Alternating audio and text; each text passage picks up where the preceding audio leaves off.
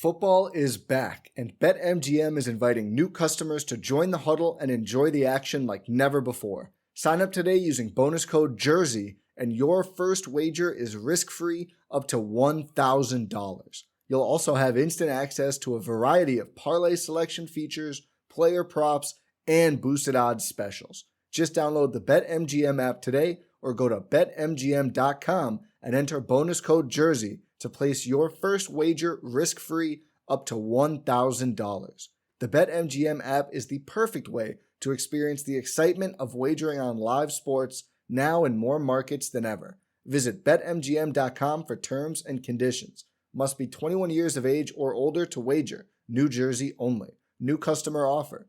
All promotions are subject to qualification and eligibility requirements. Rewards issued as non-withdrawable free bets or site credit. Free bets expire 7 days from issuance. Gambling problem? Call 1-800-GAMBLER.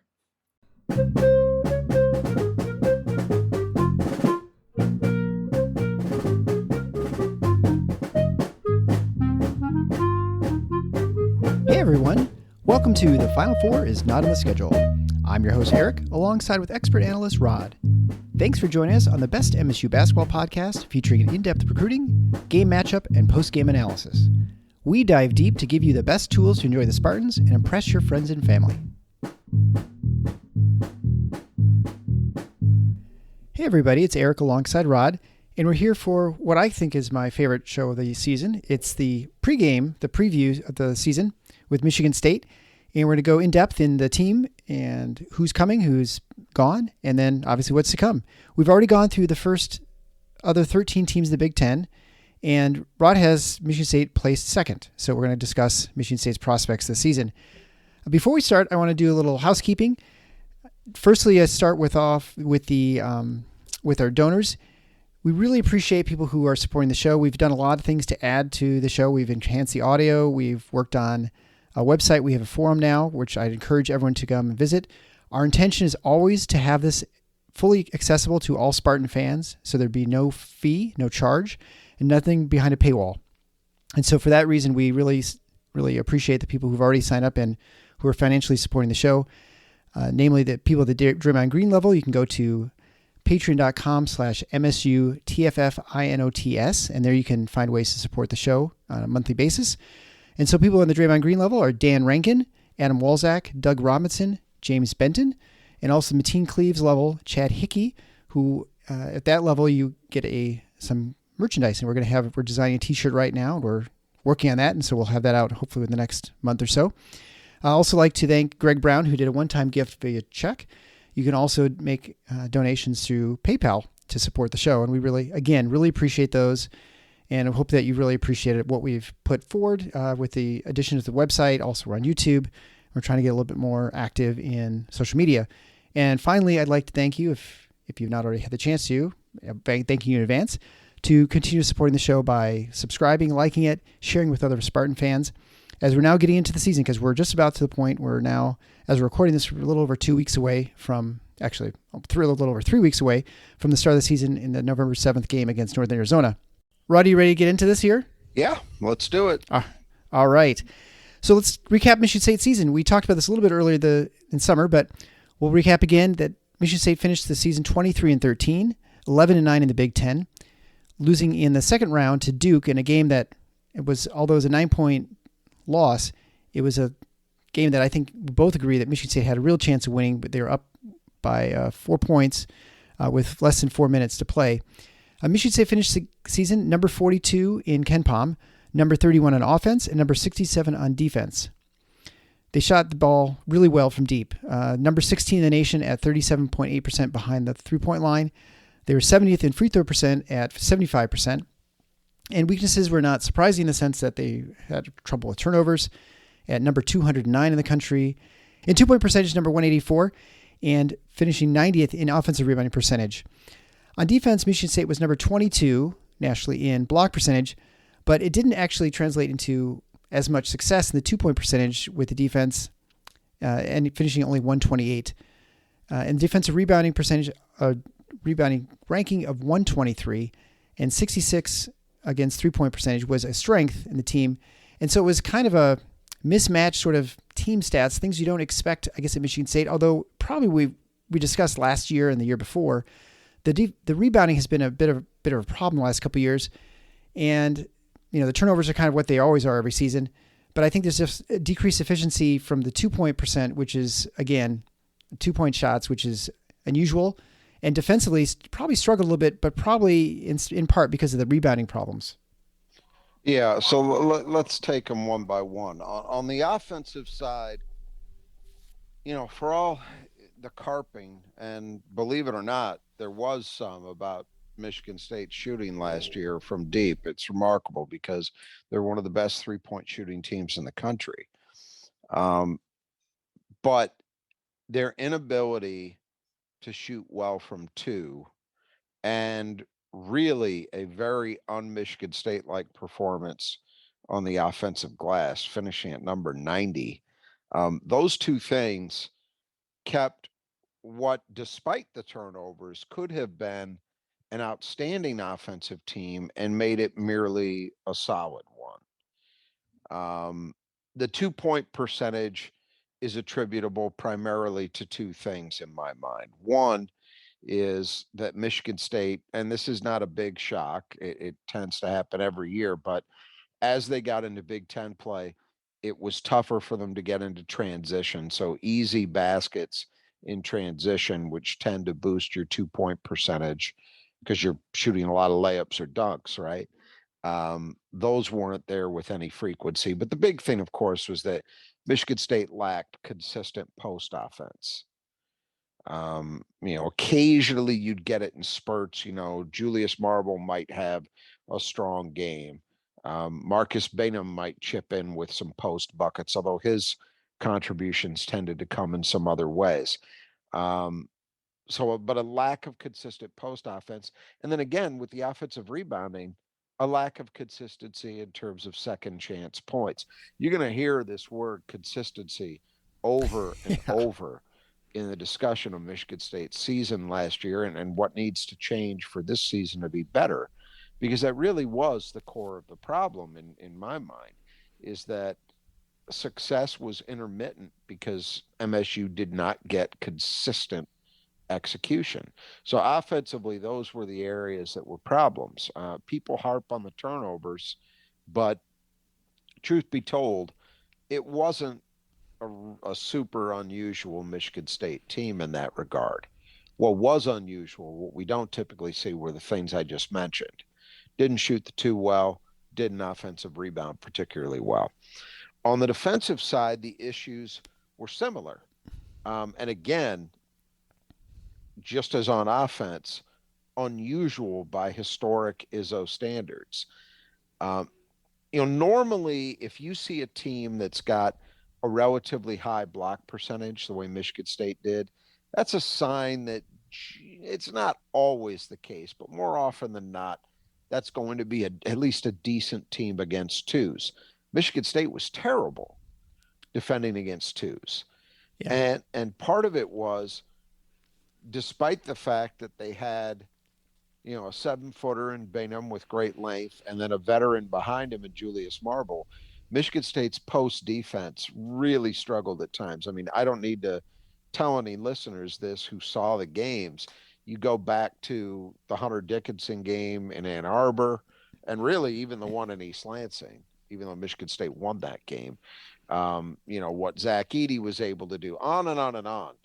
Big men just really gave Michigan State problems in the post. But in addition to that, I think despite the fact that MSU had some individually pretty good perimeter defenders, they were still just too lax at times in terms of giving up dribble penetration. And you do those two things, you're going to give up a lot of success to opponents from inside the arc. And that's exactly what happened to MSU. Compounding the problem, defensive rebounding, which has been an ongoing issue, in my view, for the last several years, even in some seasons where Michigan State had a very good overall season, it's been a problem. It's been a while since Michigan State has really rebounded well on the defensive end. And last season it was rough. So you do those two things poorly, they kind of feed on each other. That's going to mean you have problems as an overall defense. And Michigan State did. This was not a good defensive team. I thought in the early stages of the season, I thought it had a chance to be a really good defensive team because Marcus Bingham was playing at a very high level, and that gave MSU the interior rim protection presence that they had lacked the year before. And then again, I thought they had a collection of perimeter defenders that I thought could be pretty good. It did not turn out that way. After a decent start to the season, once they got into conference play, Michigan State really struggled to find themselves defensively and never really figured that out. So that was a problem. And again, the lack of consistency at both ends was the single biggest thing. And if you look at MSU's seasonal performance, just in terms of wins and losses, once they got to back into conference play, so early January, you saw a team that could never sustain success. I go back to, you think about arguably the high point of the regular season was the home court win against Purdue, right? Where Tyson Walker won it with a jumper as the clock was winding down. Huge win, right? Felt like, okay, this is their chance to build momentum going into the postseason. 3 games left. Right after that, they had back-to-back road games at Michigan, at Ohio State. In those 2 games, immediately after the win over Purdue, MSU played arguably their 2 worst games of the season. In fact, I don't even think it was arguable. I think they were their 2 worst games. No question. Then they bounced back, managed to beat Maryland, but Maryland wasn't a great team last year. You just, right to the end of the regular season, you had no clue which Michigan State was going to show up. And then finally, I felt in the postseason, which was a 5-game run between the Big Ten tournament and the NCAA tournament, even though they only went 3-2 in those games, I think they finally found a level. They played very well in the Big Ten tournament. They got wins over Maryland and Wisconsin and really pushed Purdue before losing by 5 in the Big Ten semifinal. And then in the NCAA tournament, beat a Davidson team that I don't think anybody really wanted to play. And then, as you said a few moments ago, really took Duke to the wall. The final score was very deceiving. Michigan State led with 4 minutes to play and had been right there the entirety of the game. So I think they finally found it. We're not used to seeing that. We typically see Michigan State find themselves mid-February. Yeah, right. I agree. Right? Yeah, February is kind of the time. Yeah, you start feeling March coming, right? Right. Even the COVID year, they found themselves probably with about 2 weeks or so to go in the regular season, right? And they had to because they needed all those wins to get into the tournament, but they got them. This team was different. They could never find that game in, game out, consistent level of play until they actually got to the postseason, and then it showed up. I think over those last 5 games, even the 2 games they lost, you saw Michigan State playing a good, solid, consistent brand of basketball. And so, on the one hand, I guess you say, well, it goes to show that even if they don't show it in the regular season, you don't bet against Michigan State figuring it out when the games mean the most. On the other hand, I look at that and inevitably I think, why did this not show up sooner? Why did it take that long to find it? And again, it was just such a weird, disjointed season because this team started out, I think it was 14-2.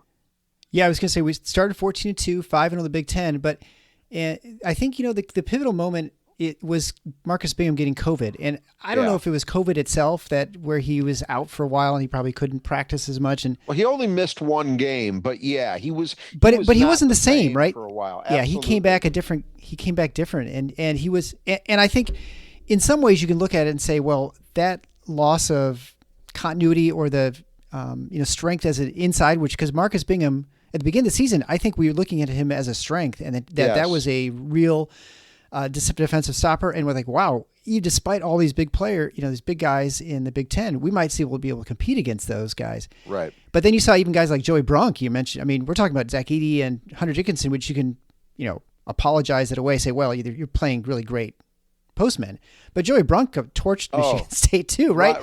Ryan Young, and I mean, and Ryan Young, right? Backups. You're right, with guys who were not the upper tier big men, but just gave Michigan State fits. No, you're right, and I think that was. I'm hesitant to say that was the only issue, because that overlooks a lot of other things. It overlooks Malik Call being in and out all year. Mm-hmm. It overlooks Joey Hauser really struggling in the first half of the season to find himself. It overlooks the inconsistency from the lead guards.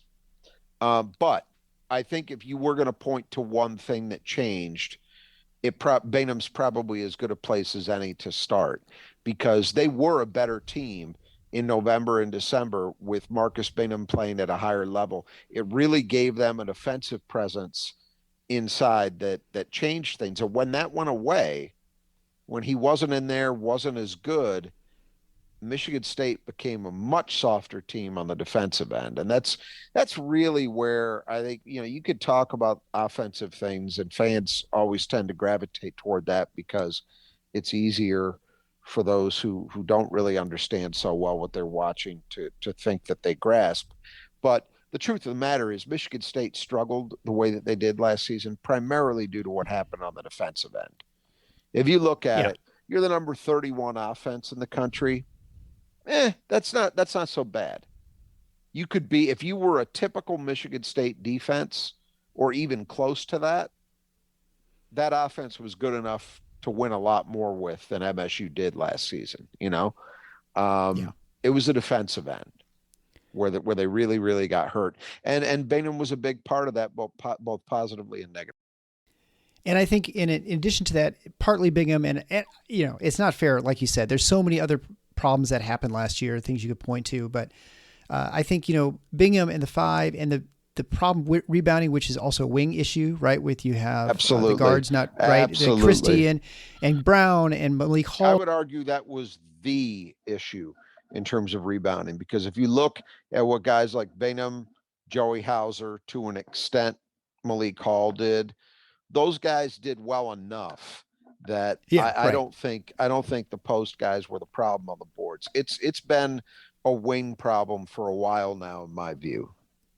Yeah, and then that sets you up for all the other problems, right? You give up the offensive rebound, and now you're out of position, and your opponent's 2-point percentage is much better because you're not in position, you're disconnected, and usually they're close, right? You're rebounding probably close to the basket, you can tip it back in or something. And so I think that a lot of those things, again, they don't pivot just on Marcus Bingham, but really his departure, even when Michigan State was winning those Big Ten games, the first 2 games in December, they looked great. And then he had COVID, whatever, and then came back, and you just were waiting for the shoe to drop because they were winning, but they didn't look very convincing, and they're not playing top competition.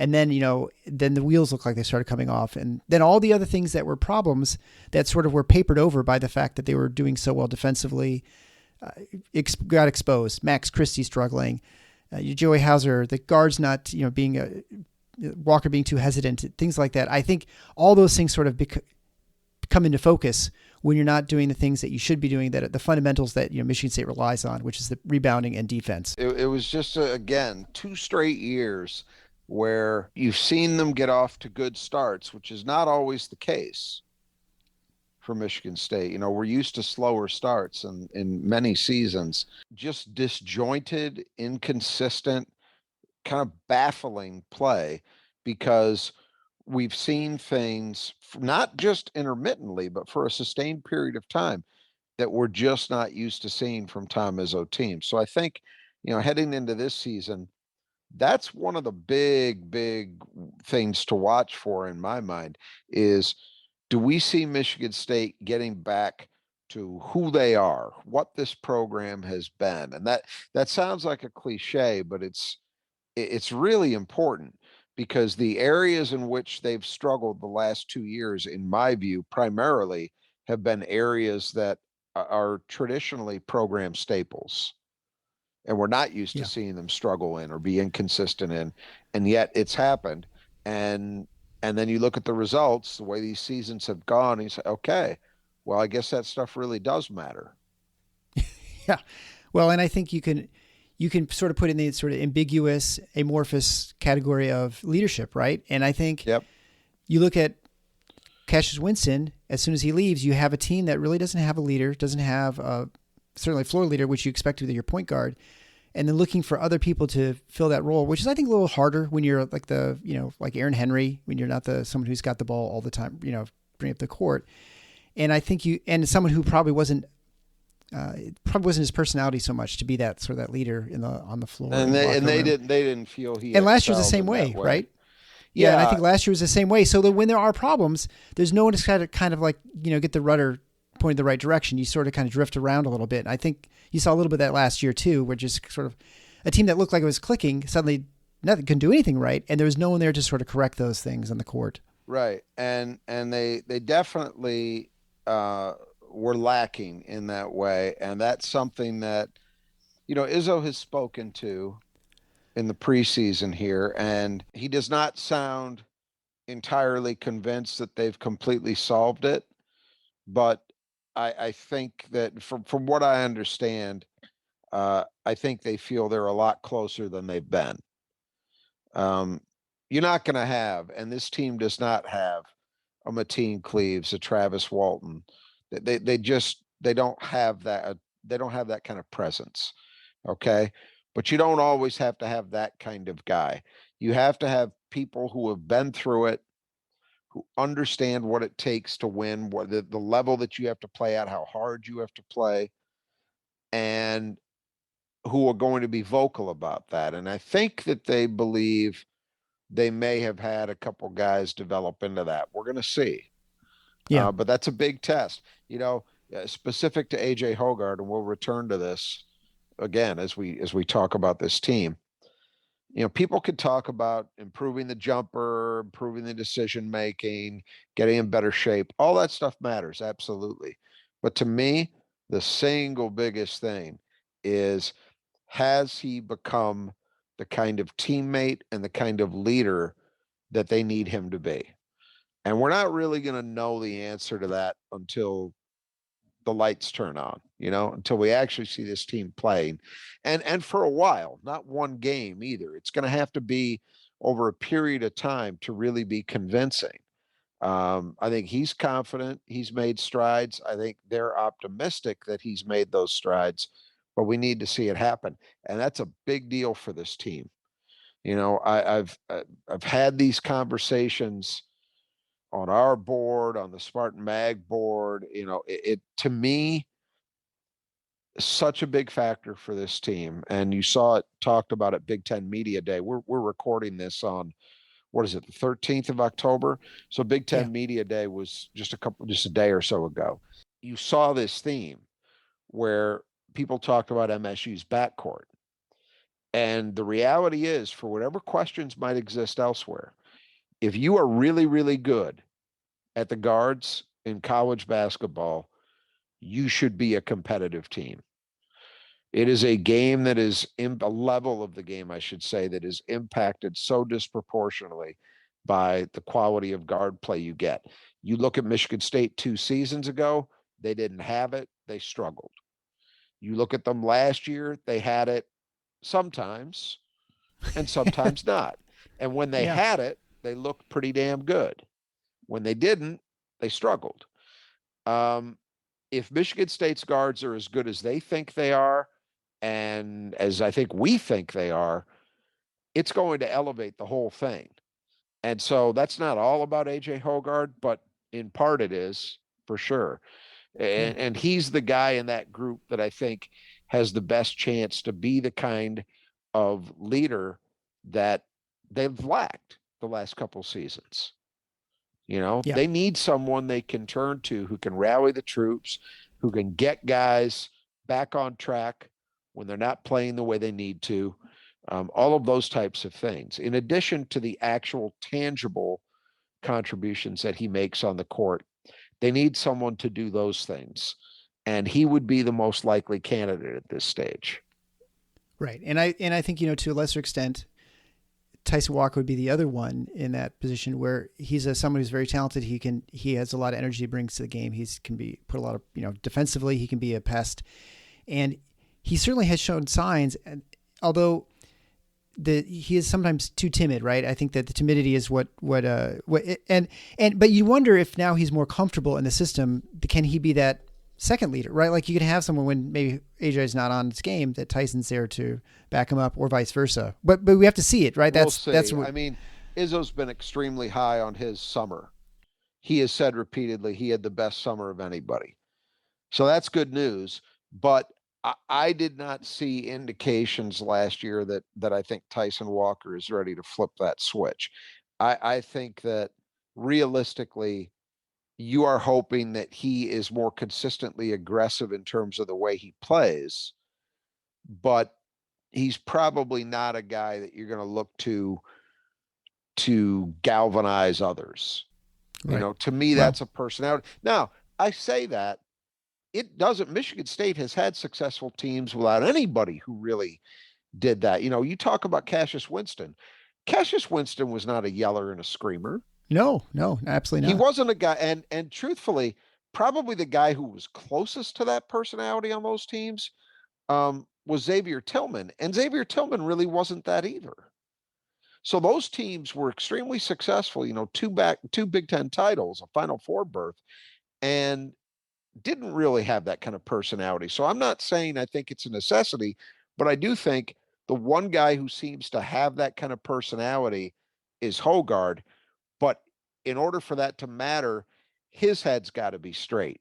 He's got to be the right kind of teammate, doing the right kind of things to make any of that matter. Yeah, and I think oftentimes when it comes to this leadership, the most important thing is you have someone on the team who is convinced that you're going to win, and that no matter what's going on, things are going to be okay. And I always felt that way with Cassius Winston. They might be down 5, 6, whatever, and you thought, well, he's just going to say, okay, it's now my turn. I'm going to hit a couple threes. I'm going to, make some plays. Yeah. And same thing with Tillman. You always felt comfortable that they were not going to panic. And I think you have to have people who have that sort of confidence to feel they've been at those places and they've overcome whatever it is.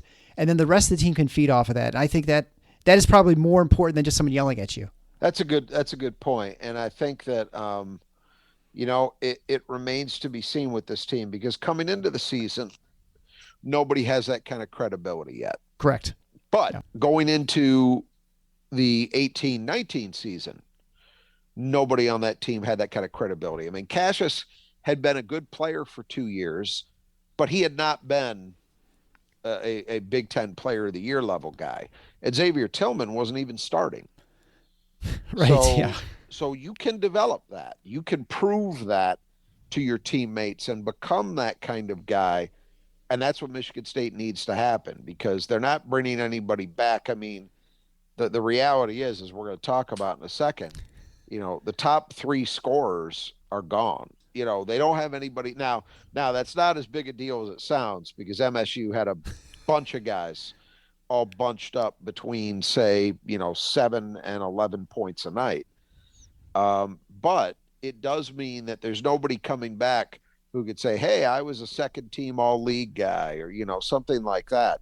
You don't have anyone with that kind of proven performance under their belt. So it's down to the guys on this roster to prove that they have elevated their games to the point that they are now that reliable.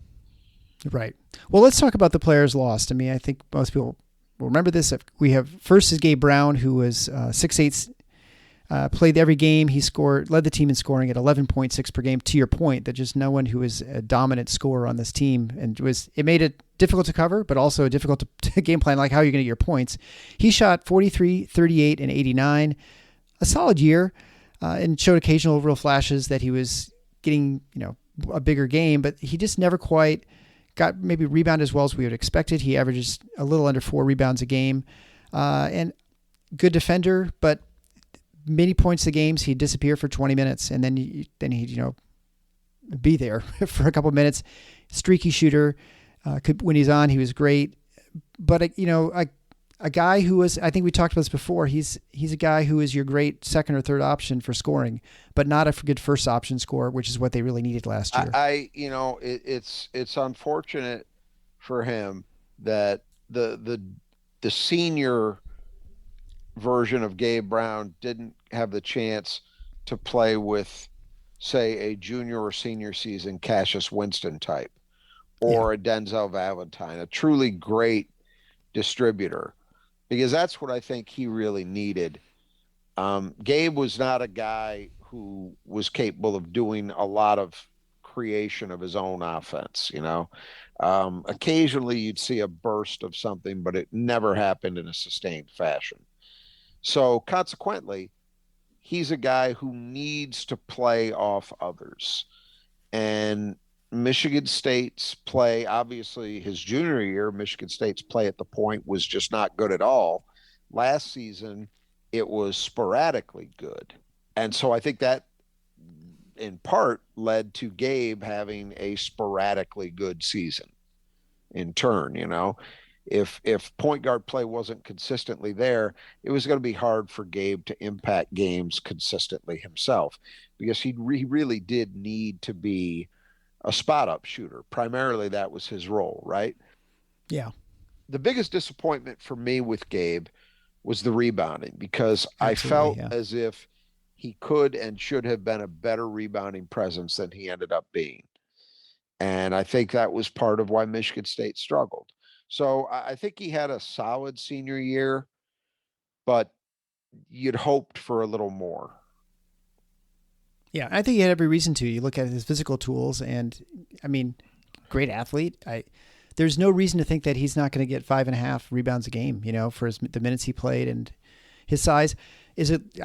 And I don't know, it's probably hard to figure out why that happened, if it's just lack of focus, or if he was playing outside the line too much, and so he couldn't really get the rebound. I don't know. The other wings have been able to rebound and shoot three too, so I don't. Right. It's one of the questions we have, and we'll never have the answer to, I suppose. Next would be Marcus Bingham. Bingham decided to skip. He was eligible for a COVID year and decided to graduate and go pro. And like we mentioned before, he got COVID in December, missed a game, and sure seemed like he had some stamina issues, and just at least be as active as he was earlier in the season. He got back at the end of the season. He finished really well. He averaged 9.3 points a game, and averaging a little over 6 rebounds a game and 2 blocks a game. He shot 53, 42, and 75. And he really started at the very end, really exhibiting that 3-point shot that I think we saw a very brief glimpse of his freshman year, and didn't really see much of until the end of last year. And then you thought, wow, if only we had another, 2 months of this earlier in the season, it could have really made a difference. But, maybe that's just him getting his legs under him from the COVID. I mean, a guy like him who's sort of struggling to put forth that maximum effort that he needs to be real successful. It took him a long time to get that endurance back. I don't know, or stamina, but either way, it left a lot of wanting. Like you wish you had a little bit more time with him, but of course he's moved on, and so is Michigan State. Yeah, I think it would have been interesting if he'd opted to come back for one more go around. I can understand wanting to move on. The fact is, for all of the, I'm going to keep using this word, for all the inconsistency in Marcus's game, if you trace his progression from his freshman year to last season, he really did have a scope of improvement. His senior year was actually a pretty good year. And if you told people before the season that he would put up the numbers that he put up, I think most would have taken it. The problem is that in November and December, he showed some glimpses that suggested he might even be capable of a little bit more. Yeah. And again, that got torpedoed for all the reasons we've already discussed. I do think it was interesting to see his 3-point shot finally get dialed in, because that was one of the things I vividly remember seeing him. I had not seen him and wasn't really even tremendously aware of him as a high school player in Grand Rapids. And the summer after his junior year, which is when he really took off, I was watching Spice Indy Heat because Brandon Johns, who was an MSU recruit at the time, was on their team, and Marcus Bingham was playing with them. And found out he was a kid from Michigan. And who's this kid who at the time maybe he was 6'10", but he was still long, just not as long as he ended up at MSU. But he actually showed a 3-point shot. He showed range at that level. And that had a lot to do with why he became very heavily recruited in a very short period of time, because he had this combination of great length and a suggestion that he could actually stretch the floor. You mentioned he showed glimpses of that as a freshman, but that was in very, very, very limited volume. Yes. He just didn't play much.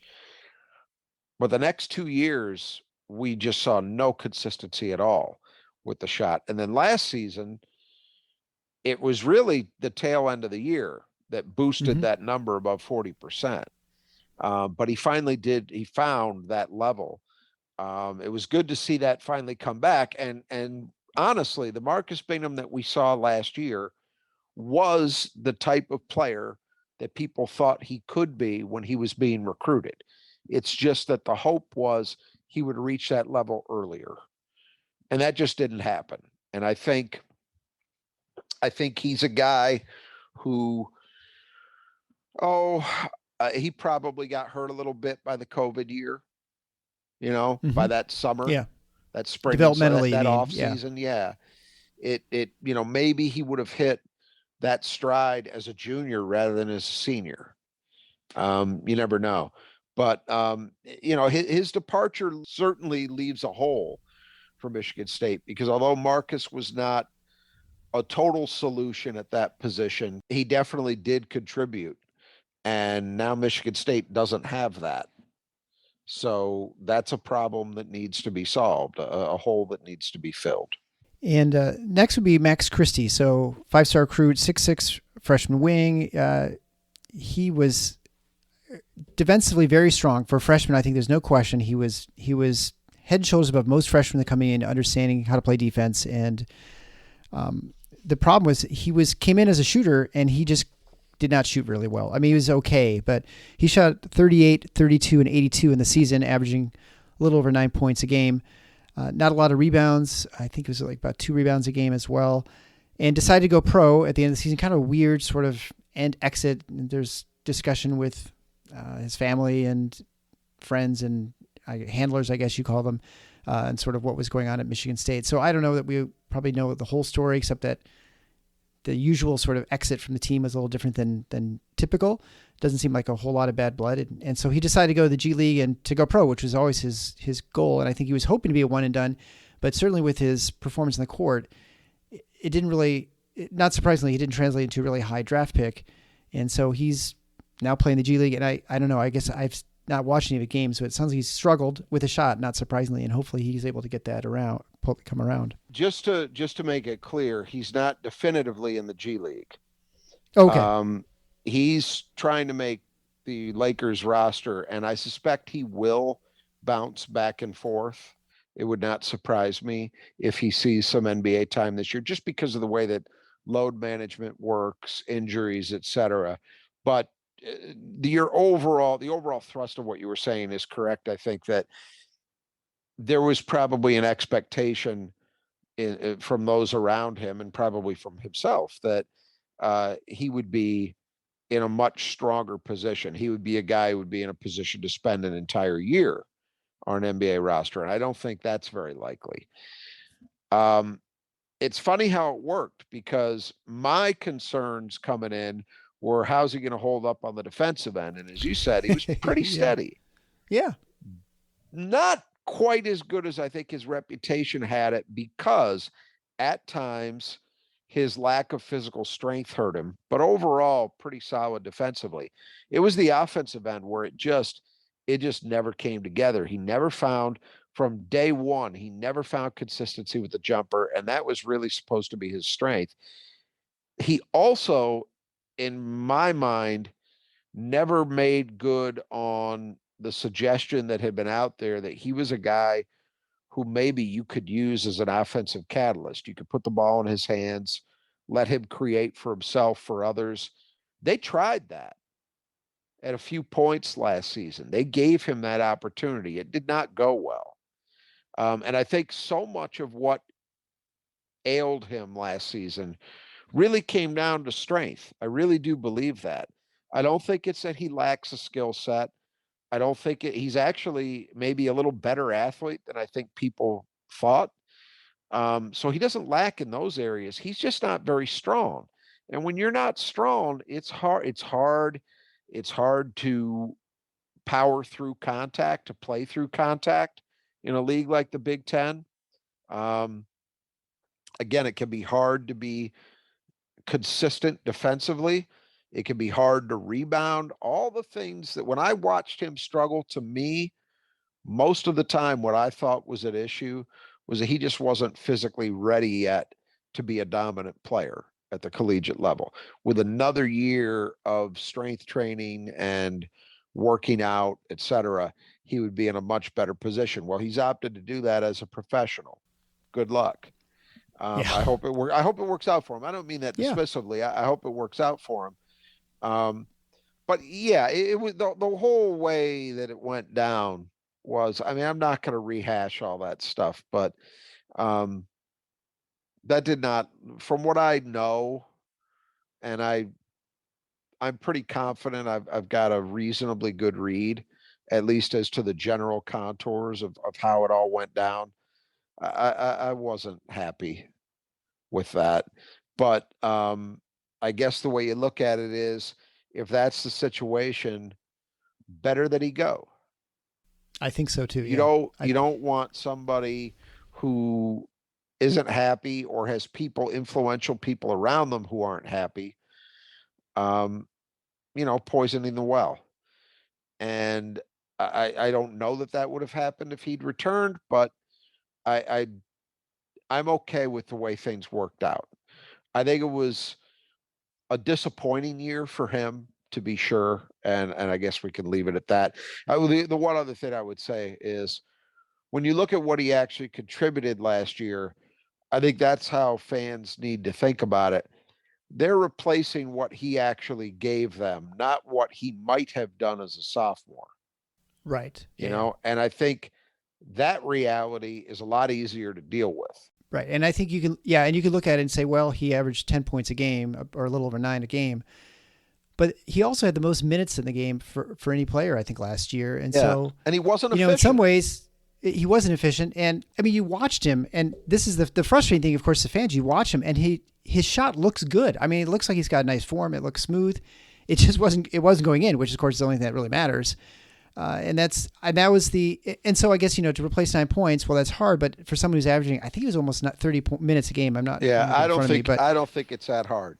So I think it's very doable. And I think to that point too, there aren't many Spartan fans, I don't think, who are concerned about the loss of Max Christie. I mean, there's not much consternation about what are we going to do, without at the 3 without Max Christie. People aren't worried about that at all. They're worried much more about the 5.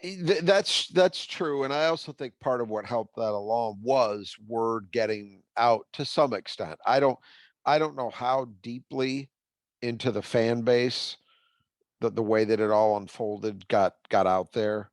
But certainly among hardcore fans, I think a lot of them are aware, at least at a basic level, that this is probably for the best that it unfolded this way. Also tells you, and I mean, there's a bigger picture lesson here, which is, fans always fall into these traps of assuming that you get a McDonald's All-American, you get a 5-star, a national top 20 guy, however you want to couch it, that just solves your problems. It doesn't. Those guys have to play. And it wasn't even just in East Lansing. You look at Michigan, who had 2 top 10 kids. Those guys didn't get the job done. I mean, it's not a given. And you have to understand that. You can hope for the best. And sometimes guys who are ranked at that level actually do make good on it, but sometimes they don't. And, we just saw that at Michigan State. So you have to be careful making those assumptions, I guess is my point. Absolutely, right. And you've mentioned this before. Your video game numbers. You can't just add somebody averages Right. 10 points a game. You put them on, and they're going to give they're going to give you 10 points because they're in a different situation, different team, whatever. But I think you look at a team like Kentucky, which has all highly rated players every season, right? It seems like they're always loading up, and I mean, I don't want to say here it'd be foolish to say that they don't have success. But sometimes you look at the recruiting classes they have and you think, oh, this team's winning national championships and their Final Fours all the time. Well, they really aren't. I mean, Calipari is not. I was actually surprised. I looked over it and he's won one national championship, which, I mean, that's good, obviously, but he's not winning like multiple ones at Kentucky. So it's not like there's an easy formula for success at any level. And certainly, and I think that's been exhibited, but it's easy to get lost in the thing. Well, you got someone highly rated, we're guaranteed to win. Well, you're obviously not. And so, yeah. Well, let's move on to the last player departing is Julius Marble. He was a late transfer out of the program after the season. 6'8" junior, had his best season easily at Michigan State. He averaged a little over about 6.5 points a game, 3.3 rebounds a game, shot 59% from the floor, 77% from the line, which is a huge improvement over the previous years. He really did a lot better there. And he played about 15 minutes a game, so not a ton of minutes. Offensively very consistent, but his deficiencies were the same in his junior year as they were his sophomore and freshman year, which were just not super strong defensively, not a great rebounder, and he ended up deciding to finish his engineering degree at Texas A&M. And so he's of course, along with Bingham, that's a huge departure in the 5 spot. But I guess, in some ways I feel like, yes, you're losing someone like Marble and you'd rather have him than not have him, but it's not an irreplaceable part that's departed the team. No. And honestly, I think this is where I slot in on it. Julius Marble had obvious strength, which was his offensive ability. He could score.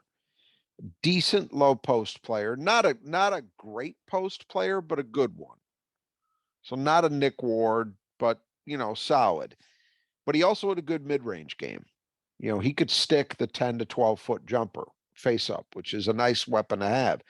So good offensive player. Defensively, I thought he had his best defensive season, but that's also not saying much.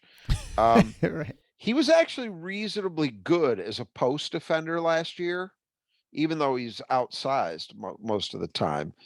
But in pick and roll, he just continued to struggle.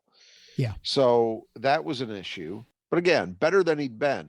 It was the rebounding that just didn't improve. And that was the thing that really had me discouraged about his potential to be much better as a senior, because he's never shown an ability to rebound. And that's, I don't think he's lazy. I do think he was the strongest guy on the team. I think he has a level of toughness, but part of rebounding is instinctual. You have to have a sense of where the ball's going to. You have to be able to, you could say read angles, but it really is almost instinctual among the guys who are really good at it. That they just know. Dennis Rodman's a guy I always think about, right. where he just knew where he's going. Yeah. And Julius Marble does not have that.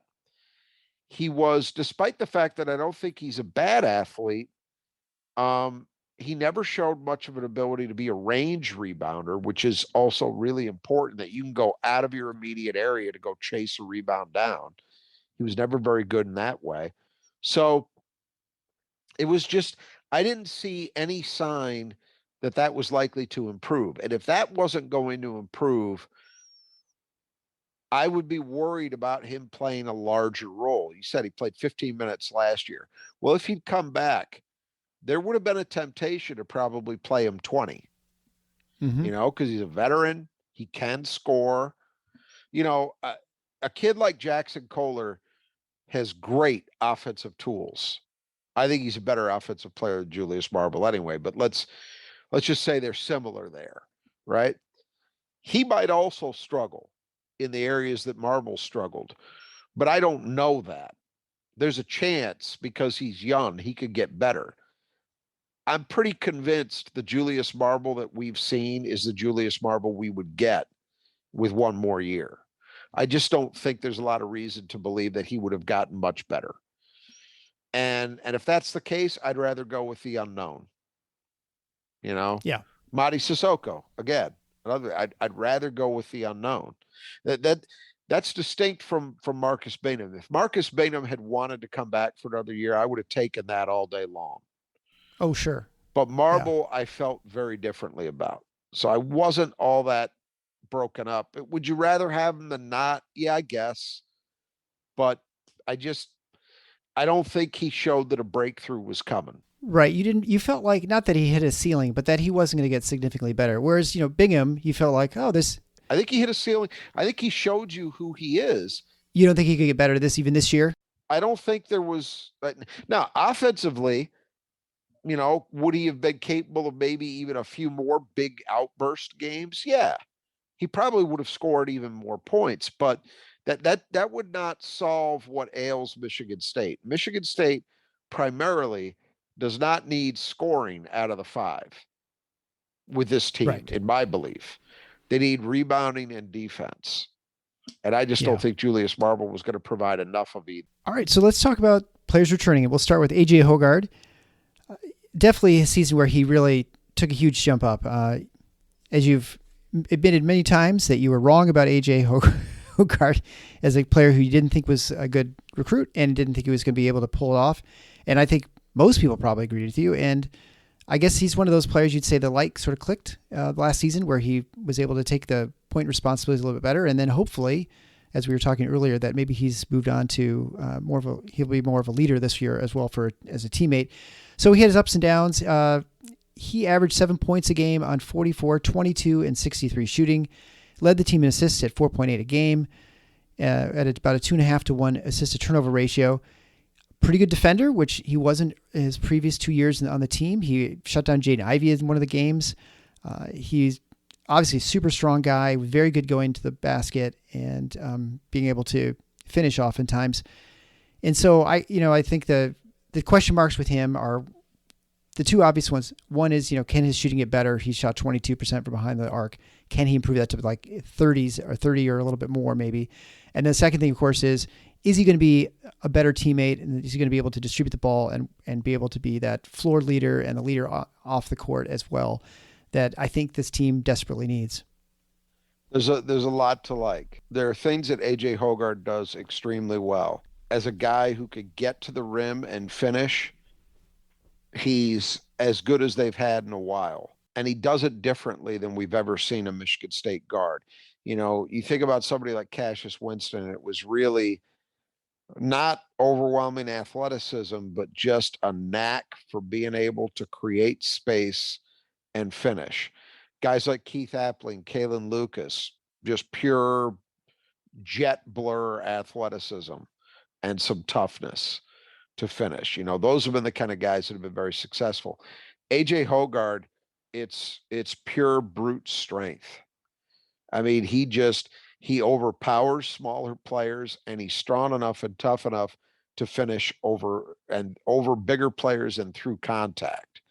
So he's a hard guy to contain when he's able to play downhill because of that, his physical tools, and he's got a good enough handle that he can get there without turning it over. So that's a big strength. I maintain, and I said this a few times last season, he is the best throw-ahead transition point guard they've had since Cleves.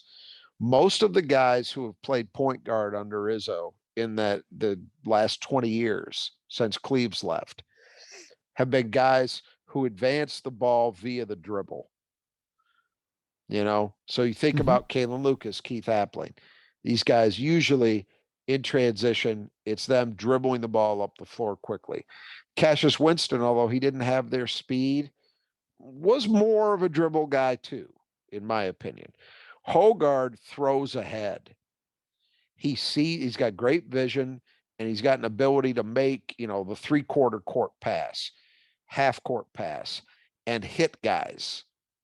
That is a unique skill, and it is something that really will help your transition game when you have a guy who could do it at the level that Hoggard can. So that's a real strength as well. And you mentioned his defense. He really emerged as a defender. His freshman year, he showed some glimpses, but then he also had games where he had no idea what he was doing. Yeah. Last season, it kind of all came together. That game against Ivy was tremendous, but he had other ones too. The important part for MSU is that because of his size and his strength, he's versatile enough that you could play him in combination with Tyson Walker, which I think we're going to see a lot this year. And it's okay. You say, well, they're both point guards. Yeah, but Hogard can defend wings. He has that kind of versatility. He can also guard point guards too, but he's big enough, strong enough to handle bigger guys as well. So those are all really nice things to have. The two things that have got to improve are the ones you highlighted. The first is an obvious one, which is shooting. 22% from three, that's hard to live with. How much better he's going to be this season remains to be seen. I'm hopeful that we'll see him tick into the 30s somewhere. I think with his ability to penetrate, if he's even 30% from three, that's a big deal. Just be good enough to force teams to respect you. Although I will say this, the funny thing about AJ Hogard is when I think about guys like Tum Tum Nairn or Xavier Simpson at Michigan, guys who had real trouble shooting as point guards, and you remember how defenses would play those guys. They would just be, the defender would be 8-10 feet off them. Yeah. Just daring them to take the jumper. Guys didn't defend Hogard that way. Hogard was not defended for the most part the way a 22% shooter from three should be defended. And I honestly don't know why. It doesn't make any sense to me because if you sag, theoretically at least, that should put you in better position to deny him dribble penetration to the rim, into the lane.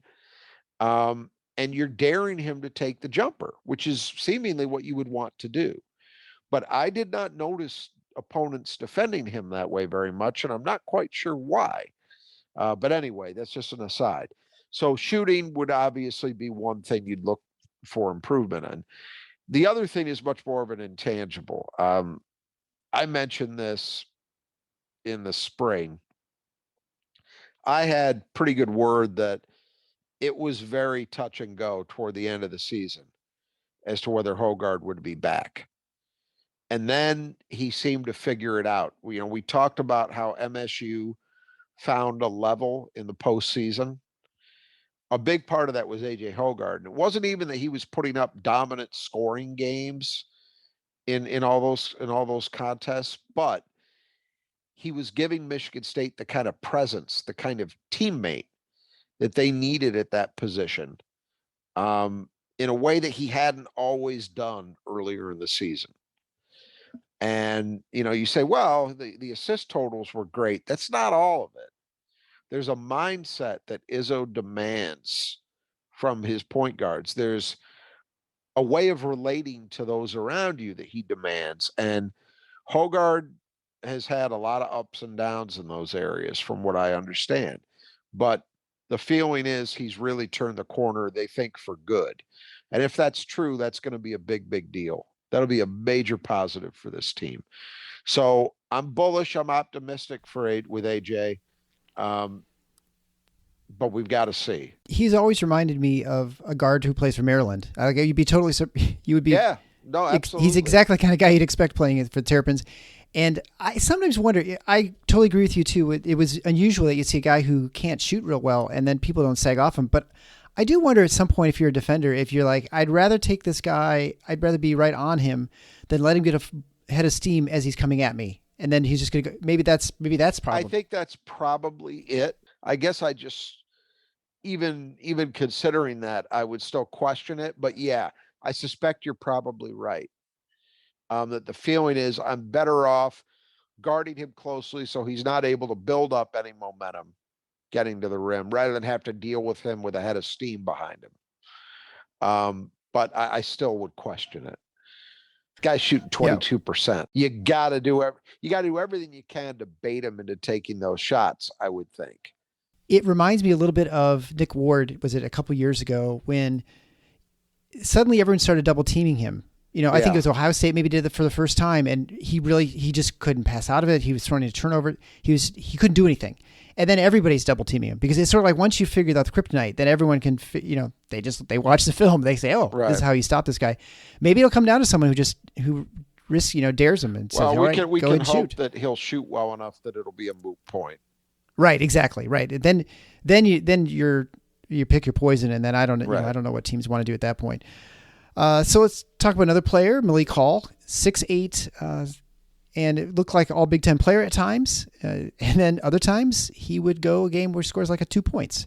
He averaged 8.9 points a game. He had 4.6 rebounds a game, shot 52, 43, and 69. I feel like he was well over 50% for most of the season until the very end. He had some games where he kind of struggled. And so jump shots, obviously a big weapon. He's definitely shown games where he can really score. And I think certainly they talked about this season and the end of last season that they expect him to play the 3 a lot more. So he's going to play a lot more of the wing. And, with a guy who's shooting over plus 40%, if he can maintain that this year, I mean, that's a perfect place to have him. And he definitely has the athleticism and the speed to get into, to score at the rim too, if he has to on the break. So it could be a really great role for him if he's able to adapt and play that position. I've seen some people really question this, and I guess I get it because he hasn't been asked to do it very often. But I kind of came to this conclusion at a certain point last year. Malik Hall has a lot of Aaron Henry in his game. Similar kind of defensive versatility. Now, I wouldn't say Malik's proven to be quite the individual defender Aaron was, but I think he's good or capable of being good. And at times last season, you saw Malik show exactly that same kind of deliberate post game that Aaron Henry had, where they just kind of take their time. They're not blowing by people or just muscling up, but taking their time, using the dribble to get themselves into optimal position to score. It's a nice element to have in your game if you're patient enough. And Malik showed it at times last year. And then on top of that, he's got an element Aaron never possessed, which was a consistent jumper. Yeah. Malik's been a pretty good jump shooter all 3 years, last year being his best, but it's not like it was a fluke. So you add all that stuff up, and I know I said this at times last season, I believe there's an all Big Ten player somewhere inside Malik Hall. I really do. At his best, you look at that first game, the game in Madison, where MSU beat Wisconsin. There were moments last season where you saw it. And then the next time out, as you said, he might score 2 points and take 3 shots. Yeah. It wasn't even just that he didn't score, it's that he wasn't active. He wasn't imposing himself on the games at all. So that's the issue for Malik Hall. It is not a talent issue. And I say that even with the talk about him playing the 3. I think physically he's fully capable of doing it. The question is his mentality. Is he ready to be a guy who is more consistently assertive than he's ever been? Because Michigan State needs that Malik Hall, night in, night out. If they get that, the ceiling of this team gets raised. Yeah, absolutely. Yeah, you watch him. By the way, he's definitely. It's not me. It's not just me that says this. I have it on very good authority. Steve Smith told him he can be a pro, meaning a guy who plays in the NBA. There's no question. I mean, you watch him, and not only can he shoot, but like you said, he can create his own shot, and he can score. And I mean, those are pro-like moves, right? I think we saw that occasionally from Aaron Henry, where he said, "This is the 90. What you talk about, the 99% difficulty shot, and you're making those consistently." The thing that, like you said, Aaron just couldn't hit the outside shot, which is going to limit your ability to go a long ways as a pro. But yeah, I like and I think this team comes up with a lot of players, right? If the mentality changes, this could be a really special season, right. A really special player. And, are all these lights going to go on this season? That's really going to be the question.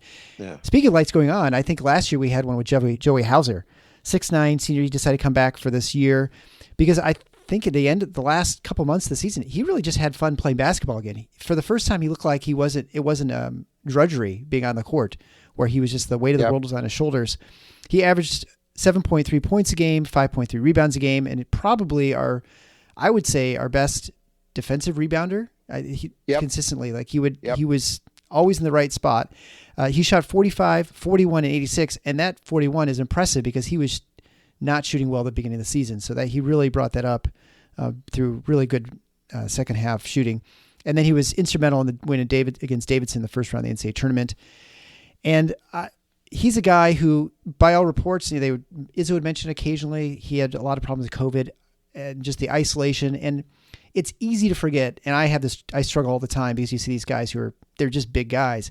It's hard to, it's easy to forget that they're 18, 19, 20 years old, your formative social years, right? And so some people just, that social isolation really, really bothers them more. And you saw lots of kids have those struggles. And I think Joey was one of those guys. And so the fact that things kind of got back to normal, he sort of just as things returned to normal, basketball came back to the way it should be. And I don't know. I think that impacted him probably more than other players. And for whatever reason, that's just his personality. So it was good to see that a kid who was out there enjoying himself, because I think we've had a couple tough seasons, or at least seasons that had parts where we were struggling. And it was hard watching him because you knew that the crowd was sort of like, why is he playing? And he should at the Breslin Center, every time he put up a shot, everyone's kind of groaning, and you can kind of feel that energy.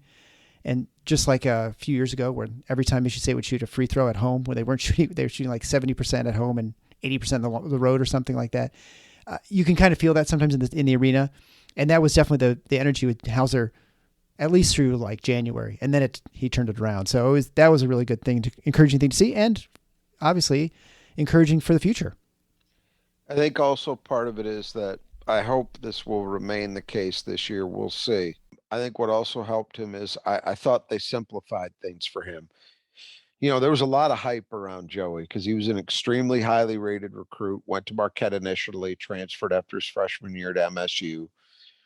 And Izzo really talked him up during the year where he sat out. And then he had a good start, but then it went south pretty quickly 2 years ago. And then last season, rough start again.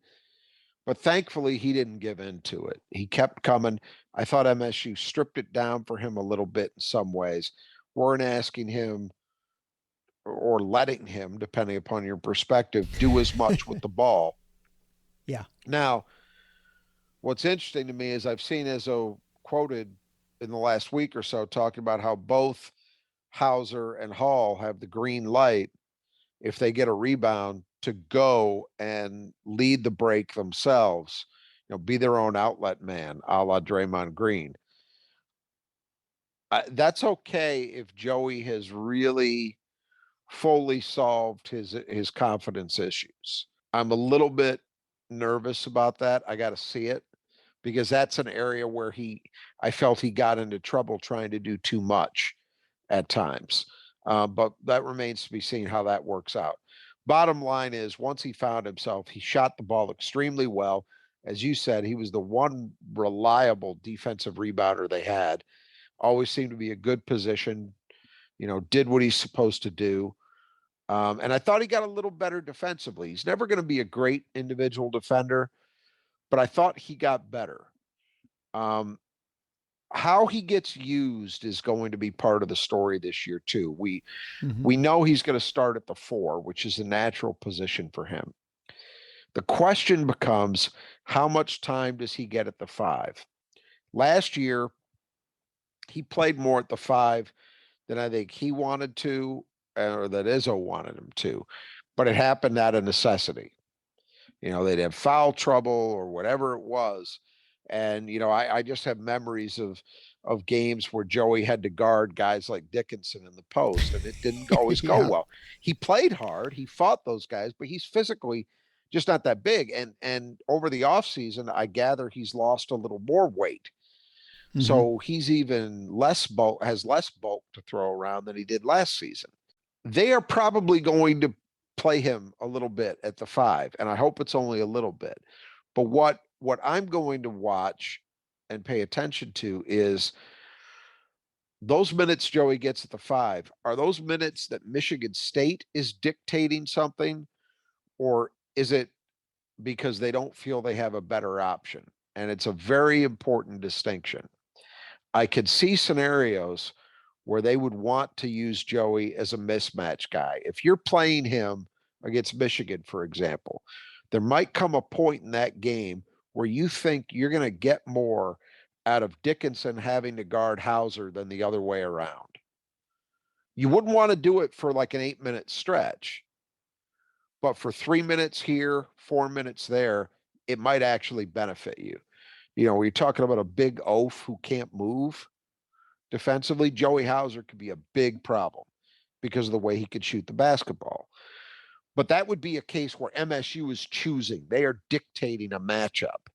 If it's like it was a lot of last season where Joey had to play because there just weren't better options, that's not so good. So that's one thing I'm going to watch for. But I'm optimistic that he's going to have a really good senior season. And I'm glad he came back because I think he's got a chance to write the kind of final chapter that he would want to his MSU career. Yeah, absolutely. Yeah, and yeah, you can definitely see him where you bring him in and then you're causing all kinds of problems, like someone like Zach Edey or Hunter Dickinson, right, who can't possibly come out and cover him, and he's just right, shooting over them. And yeah, if you could exploit that. You saw it in the first Michigan game at Breslin. Right. That is exactly what happened. There was a stretch. You know, Dickinson really struggled. If you remember, Hogard tortured him in the pick and roll. But then there was a segment after that where he had to guard Hauser, and he just couldn't or wouldn't get out to him, and Hauser killed him. Well, let's talk about Tyson Walker, another guard, 6-foot senior transfer from Northeastern a couple years ago. He decided he could play another season, I guess. We'll see what happens. And that's probably the case. With COVID, it's just kind of thrown all the eligibility rules it's made things complicated. But anyway, he averaged 8.2 points a game. Good playmaker, good defensive presence. I don't know if he led the team in steals, but he certainly had quite a few of them. He was definitely a pest on the ball. He shot extremely well, 43, 30, 47, and 81. And I think nothing probably encapsulates his season better than the Michigan game in Ann Arbor, in the sense that you had a guy who is definitely really good, and yet a guy who's just not shooting enough. Because I know you were at the game, and I don't usually yell at the TV screen, but I certainly was that game, because the guy was open for, I don't know how many 15-foot jump shots he had, which he's shown an ability to easily hit, and how many of those he passed up, and then pass it away, and then no one's open, and then suddenly you've got 5 seconds left in the shot clock, and there's just all kinds of problems. His lack of aggressiveness is sort of knowing when he has to pick his spots that he has to be the guy to score, and when he has to be just the guy to distribute.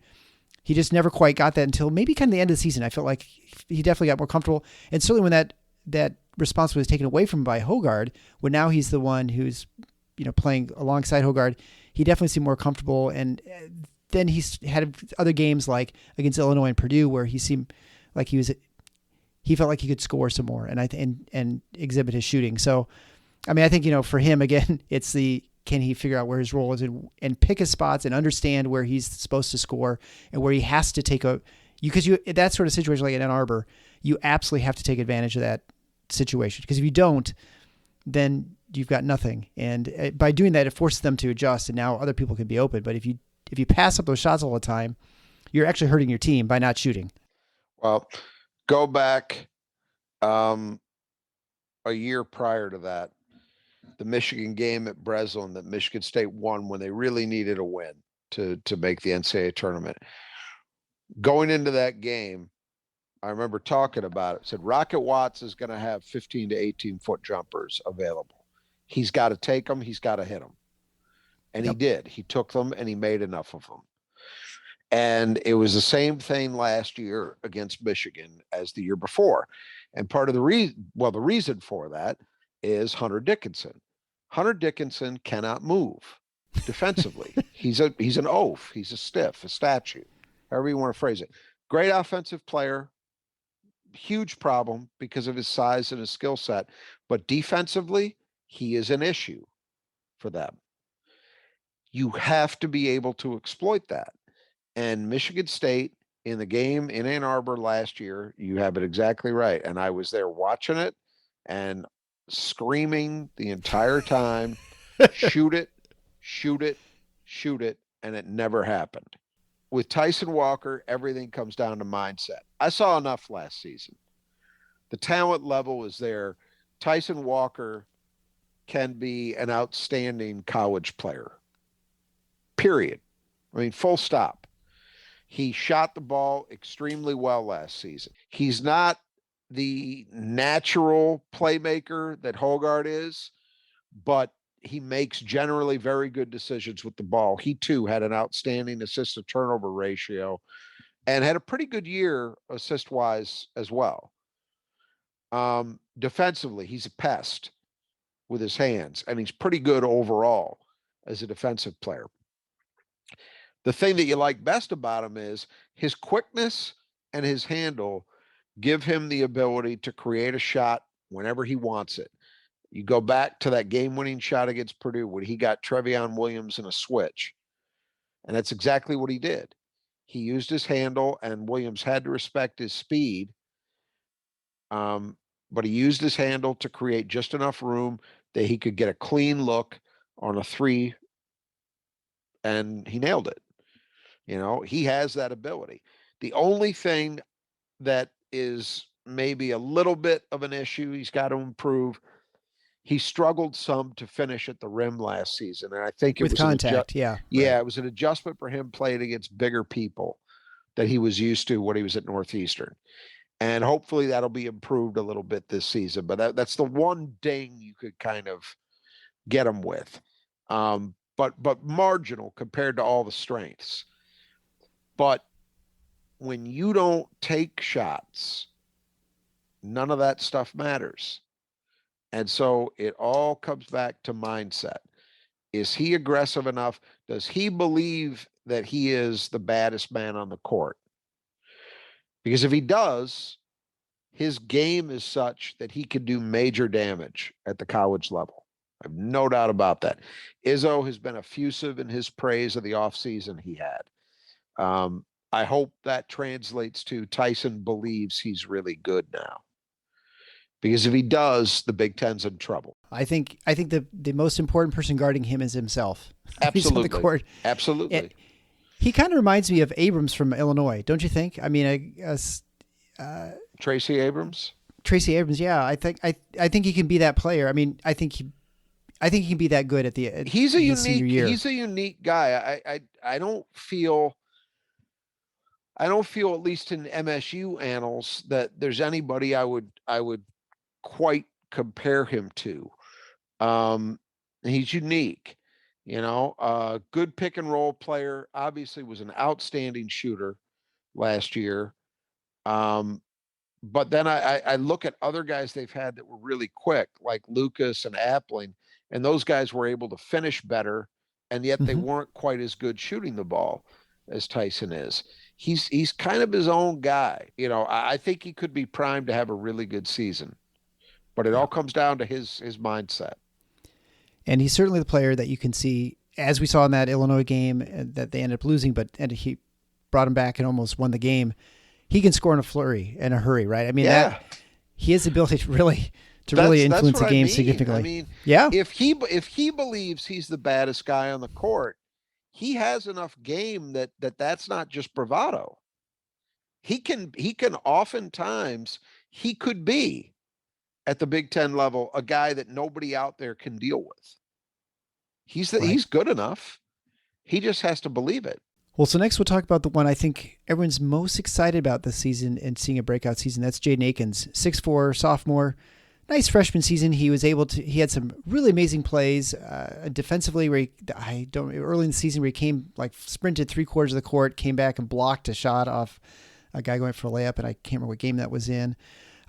But he averaged only 3.4 points a game on 39, 38, and 61 shooting, but made his big impact on defending, getting a lot of rebounds considering he didn't play a lot of minutes.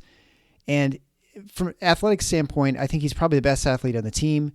Yeah. Obviously, the other concern too right now is that he was in a boot. So he had a stress reaction in his foot. So he was in a walking boot for, I think it was like 4 to 6 weeks. He's been out of it now, as we're talking now, I think like 5 or 6 days, I believe. Yep. And so the expectation is he'll be able to start November 7th. Or he at least will play. I wonder if he'll start right away in that game, or if he'll start even in the exhibition game. Probably not the exhibition game on November 1st against Grand Valley. But that would be I think that would be the one concern you have, obvious concern you have going into the season. Is he from a conditioning standpoint? Is he going to be ready to play? And then I guess, is he going to have the breakout season that everyone hopes for? I mean, obviously we'd love for him to turn into a Jaden Ivey or like a Jordan Davis, where he's, all Big Ten or National Player of the Year sort of candidate.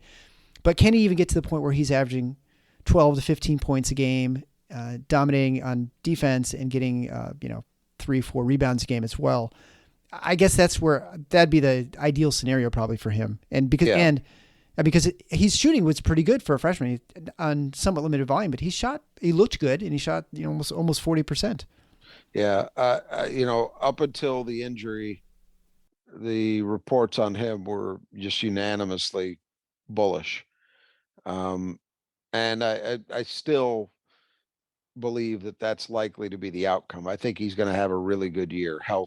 Assuming that he's healed properly and there are no setbacks. I think he's going to have a big year. This is a kid who's got all the physical tools and skill set you could want.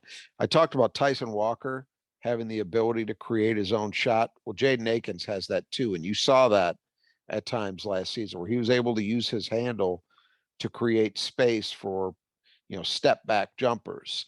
The thing we didn't see as much of last season that I suspect we will see more often this year is I think Jaden Akins has a chance to be special getting to the basket. Mm-hmm. With his handle, his quickness, and especially his burst, his athleticism, there is no reason that he shouldn't be a weapon, kind of as a downhill player. And I think we'll see a lot more of that from him this year. I just think he'll be a much more aggressive player offensively. Defensively, he's already there. He just needs to do what he did last season. I think he was really good, and I think he'll continue to be really good. And then the other thing you mentioned that could make him really special is I think he's got a chance to be the kind of wing rebounding presence MSU hasn't had in a while. He is an instinctive. I talked about somebody like Marble not being an instinctive rebounder. Jaden Akins shows you that instinct. And when you put that instinct together with toughness and a high motor, which he plays with, and the kind of athleticism he has, that's all a pretty good combination. So, again, health permitting, I think this is a guy who's set to have a really good season. And so we've spent a lot of this time talking about guards with Hogard, with Walker, and with Jaden. I think you could see why people believe Michigan State's guards are, as good as anybody's in the conference. I think they're the best. And that's a big deal. That's a reason why, somebody wants to question, why have you picked them number 2? That's why. That's very simply put. I mean, there are other reasons, but the big one is that if you want to be good in one area in college basketball, make it your backcourt. And I think Michigan State has a chance to have an exceptionally good set of guards. And Akins is a big part of that. And I think, we talked about in the review of the season, just it's probably worth just mentioning one other time, when going into last season, there was a question what was going to happen to the point guard, because Hogard was untested. He didn't look very good the year before. Walker was a new guy into the team. And so it was a chance like, well, Jaden Akins is going to have to come in. He's going to have to play the point. He's sort of like, maybe he'll be the backup. Yep. Who knows? Maybe he'll be the primary point guard by the end of the season. I absolutely thought he would see time on the ball. And as it turned out, they never needed him. Yeah, and he's got the skill level. So he can bring up the ball on a break, and maybe, Hogard's racing down the other side. I mean, you can see all sorts of different scenarios with this. He is less, and I knew this coming in, he is more akin to the guys like Appling or Lucas, who came out of high school, had always been scorers primarily, even though they had the ball in their hand a lot as high school players, but they kind of had to learn how to be point guards. That's what Jaden Akins was. The difference is that he came into a situation where MSU had a couple guys who were much more natural at that spot ahead of him. And so, as you say, he never really got the chance. and I don't think when you look at how MSU is putting their roster together, both this year and going forward, I don't think it looks likely that he'll ever primarily be that. But he certainly has the ability. You put the ball in his hand and tell him, go get us a bucket. He can absolutely do that. Sure. And I think, had he been on the team 2 years ago, oh, he would have gotten a we turn. Probably absolutely. Well, yes. You would. I mean, he would have been probably forced to be the point guard, and he may be the point guard we're talking about this going to this year, right? So just by circumstance, he's probably in a much better, more natural position, like you say, where you can utilize him best because you've got a good point guard. But anyway, it's obviously going to be very exciting to watch and see how he does, and you obviously hope for health. It's always the concern, but it sounds like everything's fine. So and we didn't even mention with Malik Hall, he also had a boot on he had a little bone chip or something in his toe, and so he had a boot on for a little while. Yeah, so he had a boot on for like a week or something. So anyway, so he should be fully going by this time of the season. All right, so we'll continue our discussion with Mady Sissoko. He was 6'9", junior. He averaged 1.1 points a game, 1 rebound a game, in about 5 minutes a game, and I don't know, was that probably 2 fouls per game in those 5 minutes? Or at least. But yeah, I mean, right there, he was he's a highly regarded recruit. He was a top 100, I think, and top 50. Top 50, right? So he is a guy who is great leaper, got great length, definitely has high motor, has a lot of energy, he leaves it all on the court. I mean, I don't think there's anything that he doesn't lack for effort. And what his problem has been, of course, is that he struggles to rebound. I think more than anything, just rebounding without fouling and going over the back and things like that. And so, can he play at the 5? I mean, the expectation is, of course, he will be starting. Probably he wasn't the plan was not for him to start. It would have been Marble had Marble returned, but since Marble's gone, naturally he'd be the one you'd expect to start since he's the upperclassman at the 5 and got the most experience. But he has very little time in the court. Bursts of times when it looked like he would block the ball into the second or third row, and he showed some actually decent offensive moves occasionally in the post. But can he stay on the court? Can he stay out of foul trouble? Can he do can he actually be able to execute on defense more than just for a 3-minute stretch, and like in the pick and roll and things like that, which he wasn't really tested a whole lot last year because he was just hardly on the court. And when he did, he would not look great all the time. And so I think this is the biggest question mark going into the season. What is Sissoko going to be like? If you're looking at from last year to this year, what is the person who has to make the biggest probably jump? It's probably Sissoko. Izzo's made it clear this week that he's far and away the top guy at that position right now. So if you're not a believer in Mady Sissoko's ability to improve, you probably took that as very bad news. I would suggest that you shouldn't be surprised. I have heard that he has made great strides in 2 main areas. One, his understanding and ability to execute defensively, primarily in pick and roll, that they actually think he's got a chance to be pretty good. That would be a big deal. The second area is what you alluded to, and it's by far the biggest question in my mind, is I have heard that they think he's much improved in terms of his ability to play without fouling.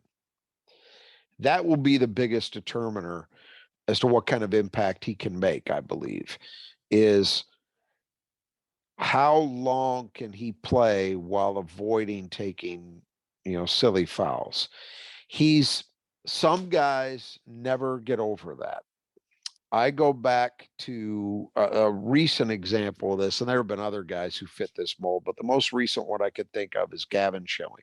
He came right to mind too. Gavin Schilling, obviously people remember, was built exactly the way you want a collegiate 5-man to be built, strong, 6'9". He was athletic. He was tough, had all of these attributes, right? But he had an inability to avoid trying to make the 10% play. And what I mean by that is you have a shot go up and it's missed, and so a rebound comes off. You have to, we talked about instinct being so important. Part of instinct is knowing when you have a legitimate chance to get a rebound or when you probably discretion will be the better part of valor and you let it go, because if you try to contest it, you're far more likely to pick up a foul than you are to grab the board. And Gavin Schilling never quite managed to walk that line appropriately. Mady Sissoko has that same problem. Has he conquered it? Well, we'll find out. I think that's the big area with him. I don't think it's, struggling in pick and roll defense and, guards drawing fouls on him, or, he's too aggressive going for shot blocks. I don't think it's going to be that stuff. I think it's going to be rebounding. That's where he's got to demonstrate that he's figured it out to the point that he's not going to be in instant foul trouble and thus unable to help. They need him. They need him to be an effective player because they need a defensive presence and a rebounding presence. And the reality is, behind him, you've got two freshmen, the best of which, those are his question mark areas, right, with Jaxon Kohler. So you really need Mady Sissoko to be that guy. The other thing I would say, Tom Izzo talked a lot this week about his decision in not going into the portal. And he talked about loyalty, being a two-way street, loyalty of the kids to the program and loyalty of the program to the kids, not recruiting over guys in the portal, not just using the portal to go get a better player where you've already got one at a given position. He talked a lot about that. And where that really, the only area for Michigan State this year where that was relevant was at this position. And specifically, it means, do you go get a guy who you think is a better bet to be impactful than Mady Sissoko, or do you give Mady Sissoko the chance? And Izzo obviously opted for the latter. But more than just giving him a chance, Izzo believes that Mady Sissoko will be effective for them. Don't misunderstand that. Izzo's not running, a charity. Yeah. He believes Mady Sissoko can play winning basketball. So that's why he didn't do that. Now, if it doesn't work out, is he going to hear it? Absolutely. But the stuff I've heard suggests that they think he's really turned a corner. We'll see pretty early, how much progress he's made. But the thing you have to remember about big men, it is not like other positions. The light can go on in a hurry. And when it does, it can be shocking because you can see guys who previously looked lost all of a sudden look very much like they know what they're doing. I point to Marcus Bingham. Had Marcus Bingham really given anybody a great deal of reason to believe that he was going to be a consistent player last year? Certainly he had physical potential, but he hadn't given people a lot of reason to believe. And he was, he had a nice season. I think we could see something similar, but it's obviously one of the biggest questions Michigan State is facing. Yeah, and I think if you look to our discussion earlier about Julius Marble, we saw a guy who probably was near his ceiling, right? You didn't watch him play and think, oh, there's something you can just see, exactly. Just to do this thing or this other thing. Sissoko, you can see like the tools are there. He just needs to kind of figure it out. Yep. And you always felt that with Marcus Bingham, but you just never knew again if it was going to happen. Unlike people talking about, boy, wouldn't it be great if we got Ryan Young, for instance, out of Northwestern, the backup who torched us. Surprised. Yeah. But there was a guy, again, you knew what you had, and it wasn't like you're watching him and thinking, boy, this guy's got another level to go. You kind of knew what Ryan Young is, and he's, there are other problems he couldn't run and those sorts of things. But, right. It wasn't a player that you thought was going to be a massive upgrade where you can see Sissoko and think there's a lot of potential there. And maybe he figures it out this year, or maybe it takes a couple of games, but you definitely want him to be successful, or at least where he can stay on the floor out of foul trouble, even if he's not scoring a lot of points, just getting rebounds and maybe getting a bucket here or there. They don't need right. him. They don't need to be a big They don't need scorer. offense, right? But you absolutely have an upperclassman there if you can to at least push the freshmen, because you don't want, if you feel like Jaxon Kohler is suddenly great and you need to start him, you still want to have someone back there who can come in when Kohler's struggling, because he's going to as freshman, especially in this Big Ten. And so you've got to have someone there who's effective. And I think it was maybe on our board that I saw someone post an interview that Draymond Green had with Tom Izzo. And one of the parts they were talking about the transfer portal, and, Tom's talking about his disappointment, how the kids can give up and teams can give up on kids. It sort of goes both ways. And he said one of the important things, of course, is that you have to develop these kids. And the transfer portal, he's not afraid to use it. We've seen him take Tyson Walker when there's clearly a problem at the point guard, right? You had a Hogard who hadn't showed any signs of being able to do it. You had Rocket Watts who, couldn't do it. So he definitely was willing to go there, but he definitely sees it. Definitely, it's maybe not a Band-Aid, but it's certainly something that you can't base your program on. You have to be developing. The programs that are most successful are ones that develop their players. There aren't many Kentuckys, and even Kentucky, like we talked about, it's not like they're winning Final Fours all the time. I mean, the teams that have established players are the ones that tend to be more successful. I don't want to say that you can't do it. There are guys who have proven to be very adept at utilizing the portal. I think back to Chris Beard when he was at Texas Tech, and that was before the transfer thing really got going. He was able to build a team that was very, very good, mostly with transfers, and they played very coherently together, blah, blah, blah. Other programs have certainly proven able to fit guys in. You look at Michigan 2 years ago. Does Michigan win the Big Ten without the contributions of guys like Mike Smith and Sean D. Brown? No. They needed those guys. So I don't think it's that the portal is universally a bad thing. However, each coach has his own approach and mentality and values within his program as to how he wants to build his thing, right? And Tom Izzo has always been about relationships, about development, about having guys around for 4 years in most cases, and players getting better over time. And that's how he's won. And so it stands to reason that he would feel this way about it.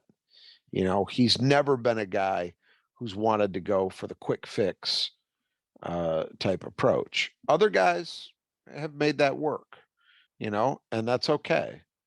I don't think I think it would be disingenuous to say you can't win that way, but there is something to be said for the idea that when you look at the teams that have really been good in college basketball in recent years, for the most part, they have been programs that had a lot of veterans, a lot of guys who, you think about Jay Wright's teams at Villanova.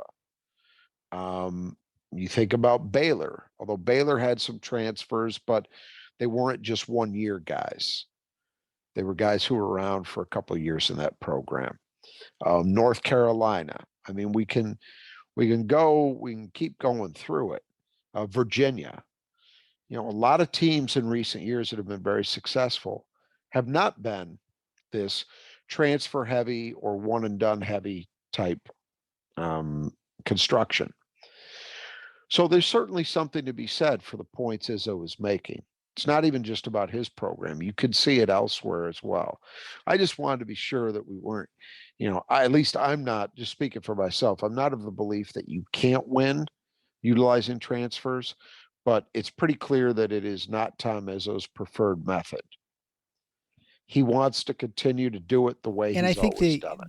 The important thing, of course, always when you think about transfers too, is there's a reason people are in the transfer portal, or the reason they're moving up, and so you don't know if they can compete at that next level. Like, right, you're moving from Northeastern to Michigan to the whatever conference is to the Big Ten, or you have some sort of problem. Maybe there's a coaching change, but maybe you had some sort of issue. So there's always a lot of risk, I think, with that sort of thing. And also to the point of Tom Izzo, if relationships are so important to him, he knows these high school kids by the time they've committed and they're coming to he knows them as well as you're going to know someone. versus a transfer. You've got a phone call or two, maybe you've seen the guy in film, and you call a couple of people, and that's like, yeah, this is a good kid or something, and that's like the best you have. And so there's just, again, you can win. You see Mel Tucker won with Kenneth Walker, and then you miss on a lot of other people sometimes too. So it just can't be my point is that you can't expect. It's just like you can't have a one and done sort of program to be very successful usually, any more than you can have like a transfer heavy program either to be usually, unless some people are really good at, right. We mentioned this at the beginning of these previews with Hoiberg at Nebraska. When he was at Iowa State, he was very successful with a lot of transfers, but that's unusual sort of situation. Yeah. I think too, Izzo has utilized transfers before, but if you look at the way it's gone, it's often been of a type. So on the current team, Joey Hauser, well, that was somebody he recruited heavily when he was in high school. He knew him well. Aaron Harris wasn't a guy who MSU recruited out of high school, but he was from Indianapolis. They knew his situation pretty well when they got involved. Bryn Forbes, he was a Lansing kid. They knew him extremely well. I could even go back to somebody like Mike Chappell on the national title team. Mike Chappell was a guy MSU recruited heavily, lost him to Duke. He did a couple years at Duke, decided to transfer, come back to Michigan State. They knew him extremely well. Tyson Walker is even Brandon Wood, who was the first grad transfer they took. He was an Indiana guy, so even if MSU hadn't recruited him, a lot of these guys, because of where they're from, they could get really good, quick reads on good intel, people they knew and trusted, right. Tyson Walker really stands alone as unique in that respect, and that he was a New York kid playing in Boston. Now, Izzo has a good relationship with his coach at Northeastern, Bill Cohen. I know that, but it wasn't the normal kind of situation for MSU. So it's pretty clear, you could say, and I've often said, hey, Izzo's not afraid to take transfers. He's done it many times. But when you look at those situations, they tend to be of a type. They don't tend to be like, what say Brad Underwood is doing. Get the flashy object different out there in the distance. Hey, we'll take that. Yeah, and it fits with Izzo's general MO. And with Underwood's. So let's finish up the returning players to Pierre Brooks. 6'6" sophomore, played very limited roles. He averages a little less than a point a game. Talented. He's definitely trimmed down. I saw him play Moneyball. And even when he was playing last season, he did not lack for confidence in his abilities and his shot. So you would expect that he would still probably play the same way this year. And I think, the expectation he's going to be expanded role. It's funny because at times you hear lots of talk about him, and then other times people forget that he's even on the team. So it'll be interesting to see what role he takes, because he can play 3, can play the 4. You can definitely see he'd be probably one of the earlier players off the bench. He'd probably definitely get a lot more time than he had last season. So we'll at least know more what he is. And he is trimmed down. Yeah. He definitely looks different from a body standpoint than he did last season. So I think he's quicker. Look, I like Pierre Brooks a lot, and I have, I've said this before. I actually saw his very first game in high school. So I've known about him for a long time. I've seen him play for a long time. And even that first game in high school, I thought he looked like a guy who would eventually be very successful at the Big Ten level and at a program like MSU. You're right. He does not lack confidence, and that's important. I also think he does not lack skill. I think Pierre Brooks is a very skilled player. I think he's a guy who's a capable shooter. I think because of his strength and his size, he can also score in some other ways. And I think he's kind of an underrated passer. The question for me last year was how well would he defend? And I think, at times that and kind of a crowded backcourt situation, there wasn't really as much of a need to play him. That kept him in a more limited role. But yeah, I don't think there's much doubt that his minutes are going to expand significantly. And again, this is another guy, much like we were talking about just a second ago with Sissoko, but the same thing applies to Pierre Brooks. you could make an argument. Okay, MSU feels pretty good about the combination of Hogard and Walker and Akins. But then what else do you have behind those guys? Well, you've got Pierre Brooks, who played sparingly as a freshman, and then you got a true freshman in Tre Holloman, who we'll talk about in a minute. You could make an argument, well, you should go out and get a veteran. Get somebody who can give you 10 minutes, 12 minutes, 15 minutes a night. And that sounds reasonable. It sounds good, but I come back to what Izzo talked about. He's not going to do that because he's going to give Pierre Brooks that opportunity to be that guy. And in the long run for your program, that's what you want. If you're talking about making sure that your program stays good, it's better to have a sophomore, assuming that he's capable of doing the job. Sure. He's got to deliver, of course. But wouldn't you rather invest those minutes in a guy who's going to be around beyond this year? And I think that's again part of Izzo's MO. Guys don't just magically become good as juniors and seniors. They become good because they get opportunities as freshmen and sophomores, to learn, to develop. And so that's where Pierre Brooks is at. But I've always liked him. I've always been a believer in him. And I think the best is yet to come. And I think he'll be an important player on this team in a rotation role. So let's talk about newcomers. The one we've mentioned a number of times, Jaxon Kohler, 6'9" freshman for Utah, big-time recruit, stolen from the Iowa Hawkeyes, which has made my wife sad. And I guess what people most describe him as far as former Michigan State players, is Zach Randolph and his post moves and his ability to score inside. And, of course, the question is going to be what you'd expect with any freshman.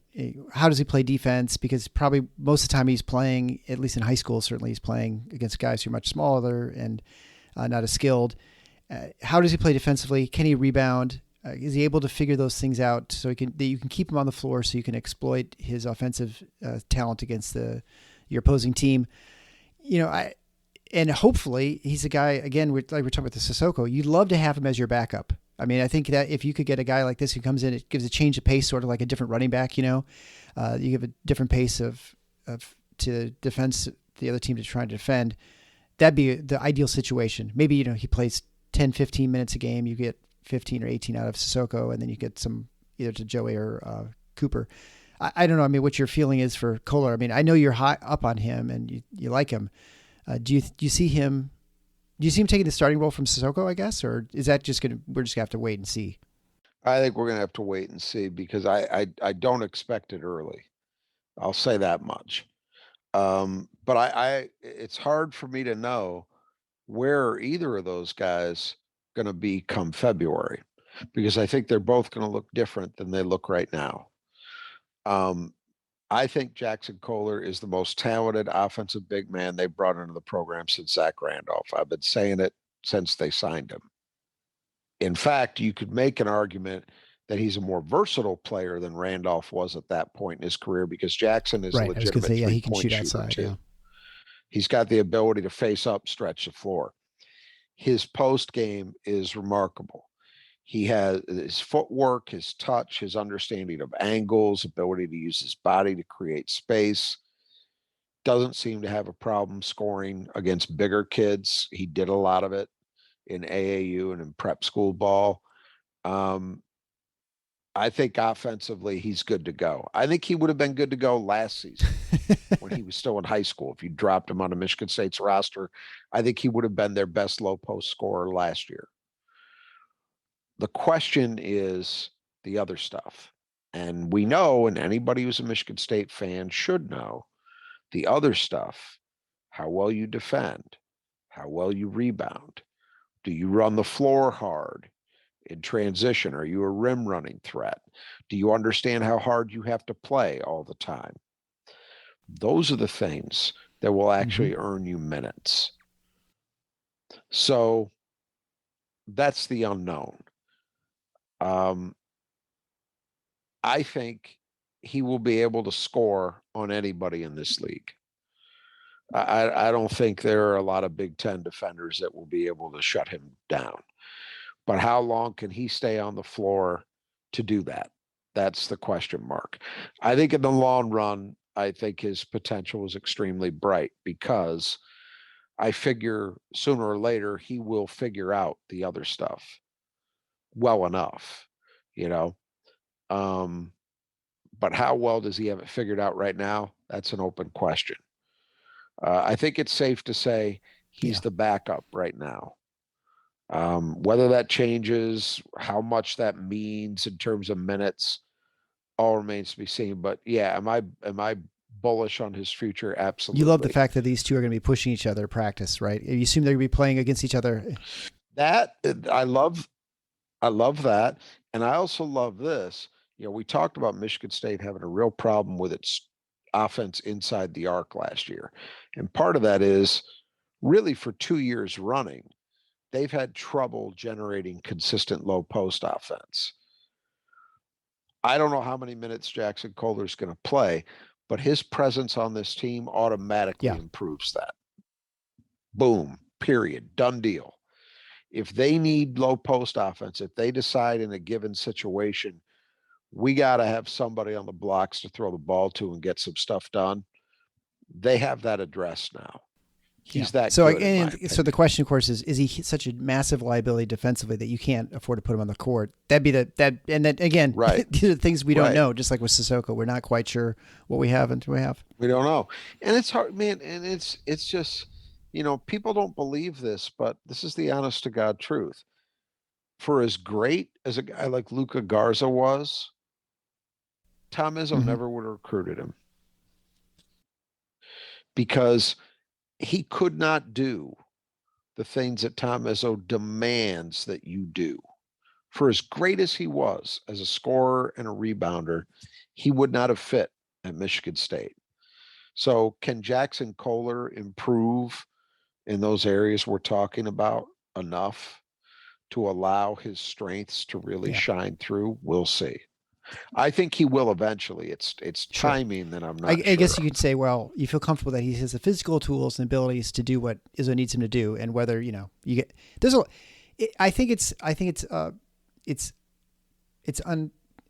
not obvious, I guess, how complicated the defense is and how important is the post defender is in directing traffic, or at least knowing where they're supposed to be, and help side defense.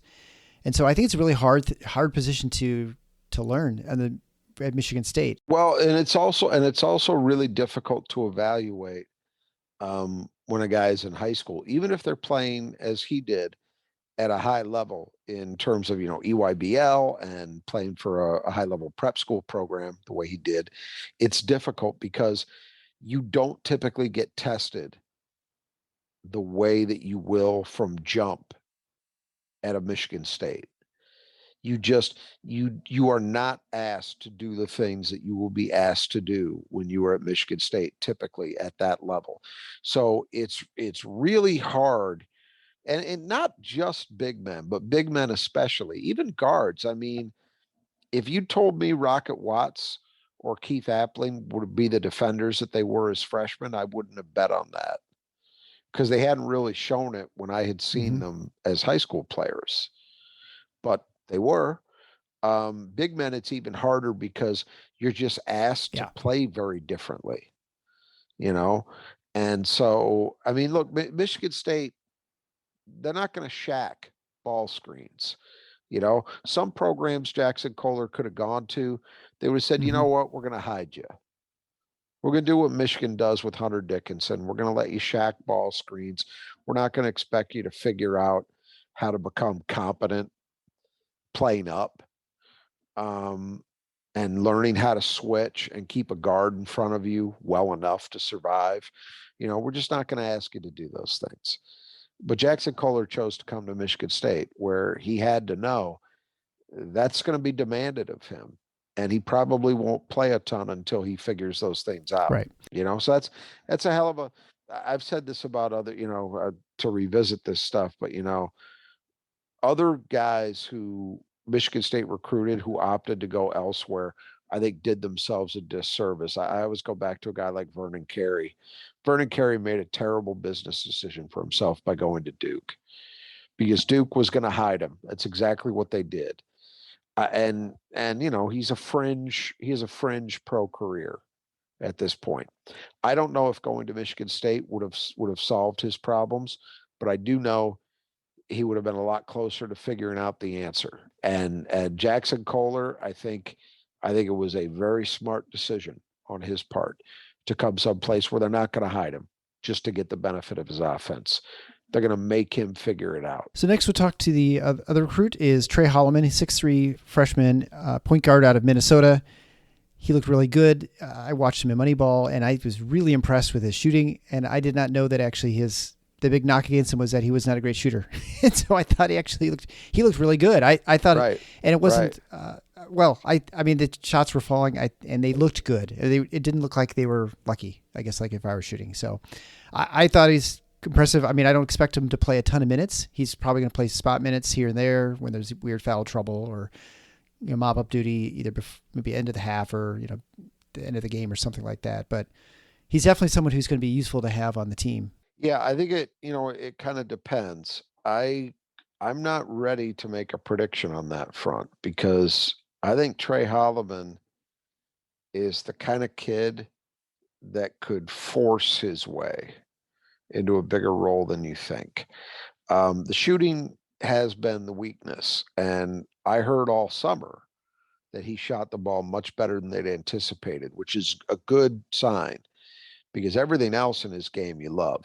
He's about 6'2", 6'3", but long arms. He's got good length, and man, he competes defensively, and he's a good athlete. I think he's going to be a Big Ten level defender right away. He is a real point guard. I think they'll play him on and off the ball, but make no mistake, as opposed to somebody like Jaden Akins, where I think he was a lead guard who they would have had to have taught how to play the point.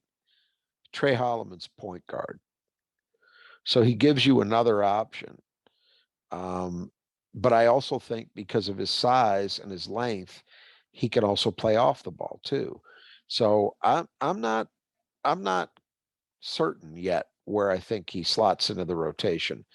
But I will say this, I'm not going to be surprised if we look up and he ended up averaging something like double-digit minutes. It wouldn't surprise me. Wow, that's a bold prediction. But, because it seems like a clogged up spot, but maybe not. He's a competitor. He was a high-level football player. Izzo loves those guys. I mean, he's the kind of guy, when I look at the totality of it, I think to myself, that's the kind of guy Izzo has a hard time not playing. And in some ways, those players are the perfect ones that Izzo has when people aren't playing well. They're having a bad game or they're bad attitude or something. Hold people accountable. You can see him pulling out Hogarth and say, all right, Tre, go in there and, show him what to do. Or even for like a minute or two, right? And then just kind of bring him out the next Absolutely. whistle. Yeah. And I think he's one of these guys. I mean, he's not going to be a leader of this team as a freshman, but what I know about him, I think that if you look at the way Izzo is recruiting, he's adding some guys. Holloman is one. I think that Jeremy Fears in next year's class is another. He seems to be getting some guys lately who are more the old school, we talked about at the outset of this, demonstrative leaders, guys who will take a team by the throat and drag them. Well, Tre Holloman's got some of that in him too. Yep. So I see an equation there that tells me he's going to play. Yeah, well, it is a clogged up position, but he may be able to make the most of his appearances because he's going to get some because there's Walker or there's either fouls or bad play or something going wrong for a little bit. Well, here's the thing. Let's keep in mind, Michigan State has 10 scholarship players, right? Or is it 11? I'm not sure if no, it's 10. It's it's Hogarth, Walker, Brooks, Akins, Hall, Hauser. I think Whitens a scholarship? That'd be the one question. He's a non-scholarship player, so it's 10 scholarship players. Tom Izzo isn't going to suddenly play 7 guys. That's just not who he is. Right. So Tre Holloman's going to play. It's just a matter of how Yeah. much. Well, it'll be exciting to watch. And then we'll finish out new players I guess we won't finish up, but Carson Cooper, he's the late addition. He was a 6'11" player who's going to reclassify and or is going to play another year at IMG. He ended up coming to Michigan State as a redshirt for about 3 minutes, and then Julius Marble transferred to Texas A&M, and then I think sort of quietly became clear that he was going to be playing and not redshirting this season. And he's looked pretty good. I think he's a little more athletic than they anticipated. He's able to run the floor, which you have to with the Tom Izzo team. And so, I don't know. I mean, I think at the 5 spot, you're probably almost for sure you're going to see him. Whether you see him every game or not, I guess it depends on how the other two are playing, and matchup dependent too, perhaps. But I think we'll see a decent amount of him. I suppose between 5 to 10 minutes or something. I guess if you just had a guess. Yeah, it's pretty clear he's not going to redshirt, which was the original plan, but he showed enough this summer. Originally from Jackson, he said played at IMG. Kind of an interesting situation because I got to say, based on the clips from IMG and then the stuff in Moneyball and what I've heard about him since he's been at MSU, this is not a kid who looked like the profile that he had as a recruit. It's kind of hard to understand, but sometimes even in the modern era, they do slip through the cracks a little bit. He's 6'11". He could stand to add some good weight, but we're not talking about Marcus Bingham as a freshman. He's a little better put together than that, particularly the lower body, which is actually more important, in my opinion. Good athlete, plays with a high motor, competes, has a skill set. He's shown some evidence of a face-up game. But there's still a lot of development to happen here. He's got to get stronger.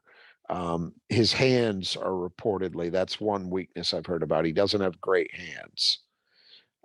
So that's something that as a big man you need to work on because, being effective as a pass catcher and pick and roll is important in the modern game. It matters. So he's got to get a little better there. And he's just got to continue to develop and figure out what it takes to play at this level because this is still fairly new to him. But he's the kind of guy that makes sense to take a flyer on because he's got size, which you can't teach, combined with some athletic ability, which you also can't teach. He was, up until his last couple of years in high school, he was a high-level goalkeeper in soccer. And one thing about that position is you generally can't play it at a high level unless you've got good lateral movement. So that gives me a little bit of faith that in time, once he gains a sufficient understanding of the concepts, MSU could have a really good defensive player at that position. So there's a lot to like. I think he's going to be used somewhat sparingly. Let's hope, because if he's playing a lot of minutes, that means there were problems, one way or the other. But I like his future. I think it was a great move. It came out of nowhere, but when you started to see evidence of what he can do, it's like, oh, this you would have been happy if Michigan State had signed him back in the fall. Right. Absolutely. And if somebody had told me, yeah, this guy's a fringe top 100 recruit, I would have believed that based on what I saw. It's hard to understand how it went the way it did, but that was to MSU's benefit because he was a Michigan kid who, they got connected too late and made it happen. So finally, we'll finish up with a newcomer, although he was actually on the team last year, but got injured in the exhibition game, is Jason Whitens. He was a Western Michigan, I think he was a starter, 6'5" wing. For a couple years. Yeah, so good player, good defender, guy who has a lot of energy. And when we were watching the game, my son turned to me and said, that guy's a maniac. And then like a minute later, he blew out his ACL. It was really, really sad. And so I guess you don't know what you're getting, but I think it just adds, there's more depth here to this team than probably, I know people are talking about 10 scholarship players, but this is kind of like an 11th scholarship player in some ways, right? I think. Absolutely. So you're not quite as thin as you thought you were. I mean, obviously at 6'5", he's going to be playing, he could maybe play the 4 if he had to in a spot or something like that, but he's probably playing it, the 2 or the 3. He was a guy that Izzo recruited. He won a Class D state championship. I think if I remember correctly, I don't have it in front of me. I think it was at Powers North Central, which was a UP school. And he was an anomaly for a Class D player from the UP. Like he was actually, he looked not all that different than he looks now. He was very well put together, athletic. And Izzo really recruited him as a preferred walk-on.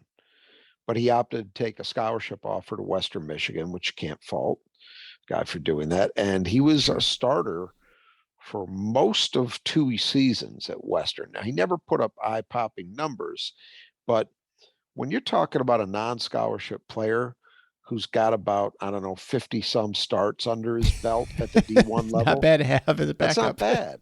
Yeah. Yeah. And as you said, we saw in those brief moments he played in the exhibition game last year, he plays hard. Now, I don't expect him to come in and shoot 40% from 3 or, start leading the break or anything like that. But as long as he's physically okay, and I haven't heard anything to suggest that he's not fully recovered, this is a guy who could give you a little something if you need it. So it is a nice insurance policy to have. And I won't be surprised if he finds his way into the rotation here or there. Not big minutes. I wouldn't expect that. But, you talked about Holloman being used as a guy, at times maybe for accountability purposes. Well, this guy could fit into that role as well. Yeah, and you'd expect he'd have a level of maturity that would be helpful to the team as well, since he's got so many games under his belt. He stuck with it. I mean, he could have just said to come back, that's right? It for, right? Yeah, that's it for college basketball. No, he wants this. So give him. I think that means something too. All right. So you picked Michigan State to finish second this season. I actually have them picked first, and we're definitely outliers when you look at the media and you're looking at the most pundits, and certainly some of the mag boards. Not massively. Well, people are like saying 5th or 6th, or I've seen people say media, 7th or 8th. Well, the Big Ten, the unofficial Big Ten media poll, which is something that's been done the last few years. One of the guys, Brendan Quinn from The Athletic, has kind of spearheaded that, where they have a couple guys, I believe they have a couple beat writers from each school vote. Michigan State was picked 4th. Okay. So we're not that, they're seen by people who cover this stuff. They are seen as an upper tier program. I think the Michigan State fan base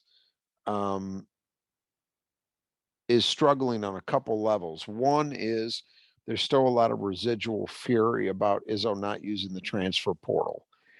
Yes. And the second is they look at Michigan State's team and they think, well, this doesn't look like a contender in the Big Ten to me, not realizing that the league as a whole, as we've covered pretty extensively in these previews, has question marks everywhere. Yeah. So this is not like even last year's Big Ten, where I could look at a Purdue, I could look at an Illinois and say, yeah, MSU probably, if we had a couple teams like that in this year's conference, I would say, okay, Michigan State's probably not finishing ahead of those teams. But we don't. We don't have that.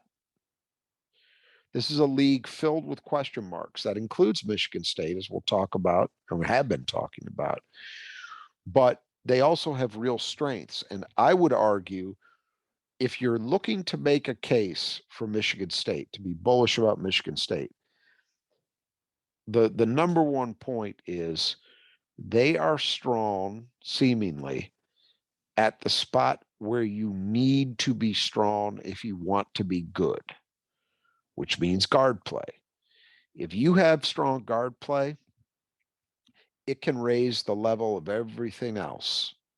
Mm-hmm. It's not just a zero-sum game. There's an additive effect oftentimes to that. And when you look at Michigan State, I think pretty clearly they have the best set of guards, at least on paper, in the conference. I would argue by a significant margin, at least among the better teams in the league, because if you look around the rest of the conference, a lot of question marks at the guard spots among these teams, even ones that I think will probably work out, like Ohio State, for example. They're still talking about transfers, you know. Yeah. Michigan State's got guys who have played. That's a big deal. And I think when I look at this team,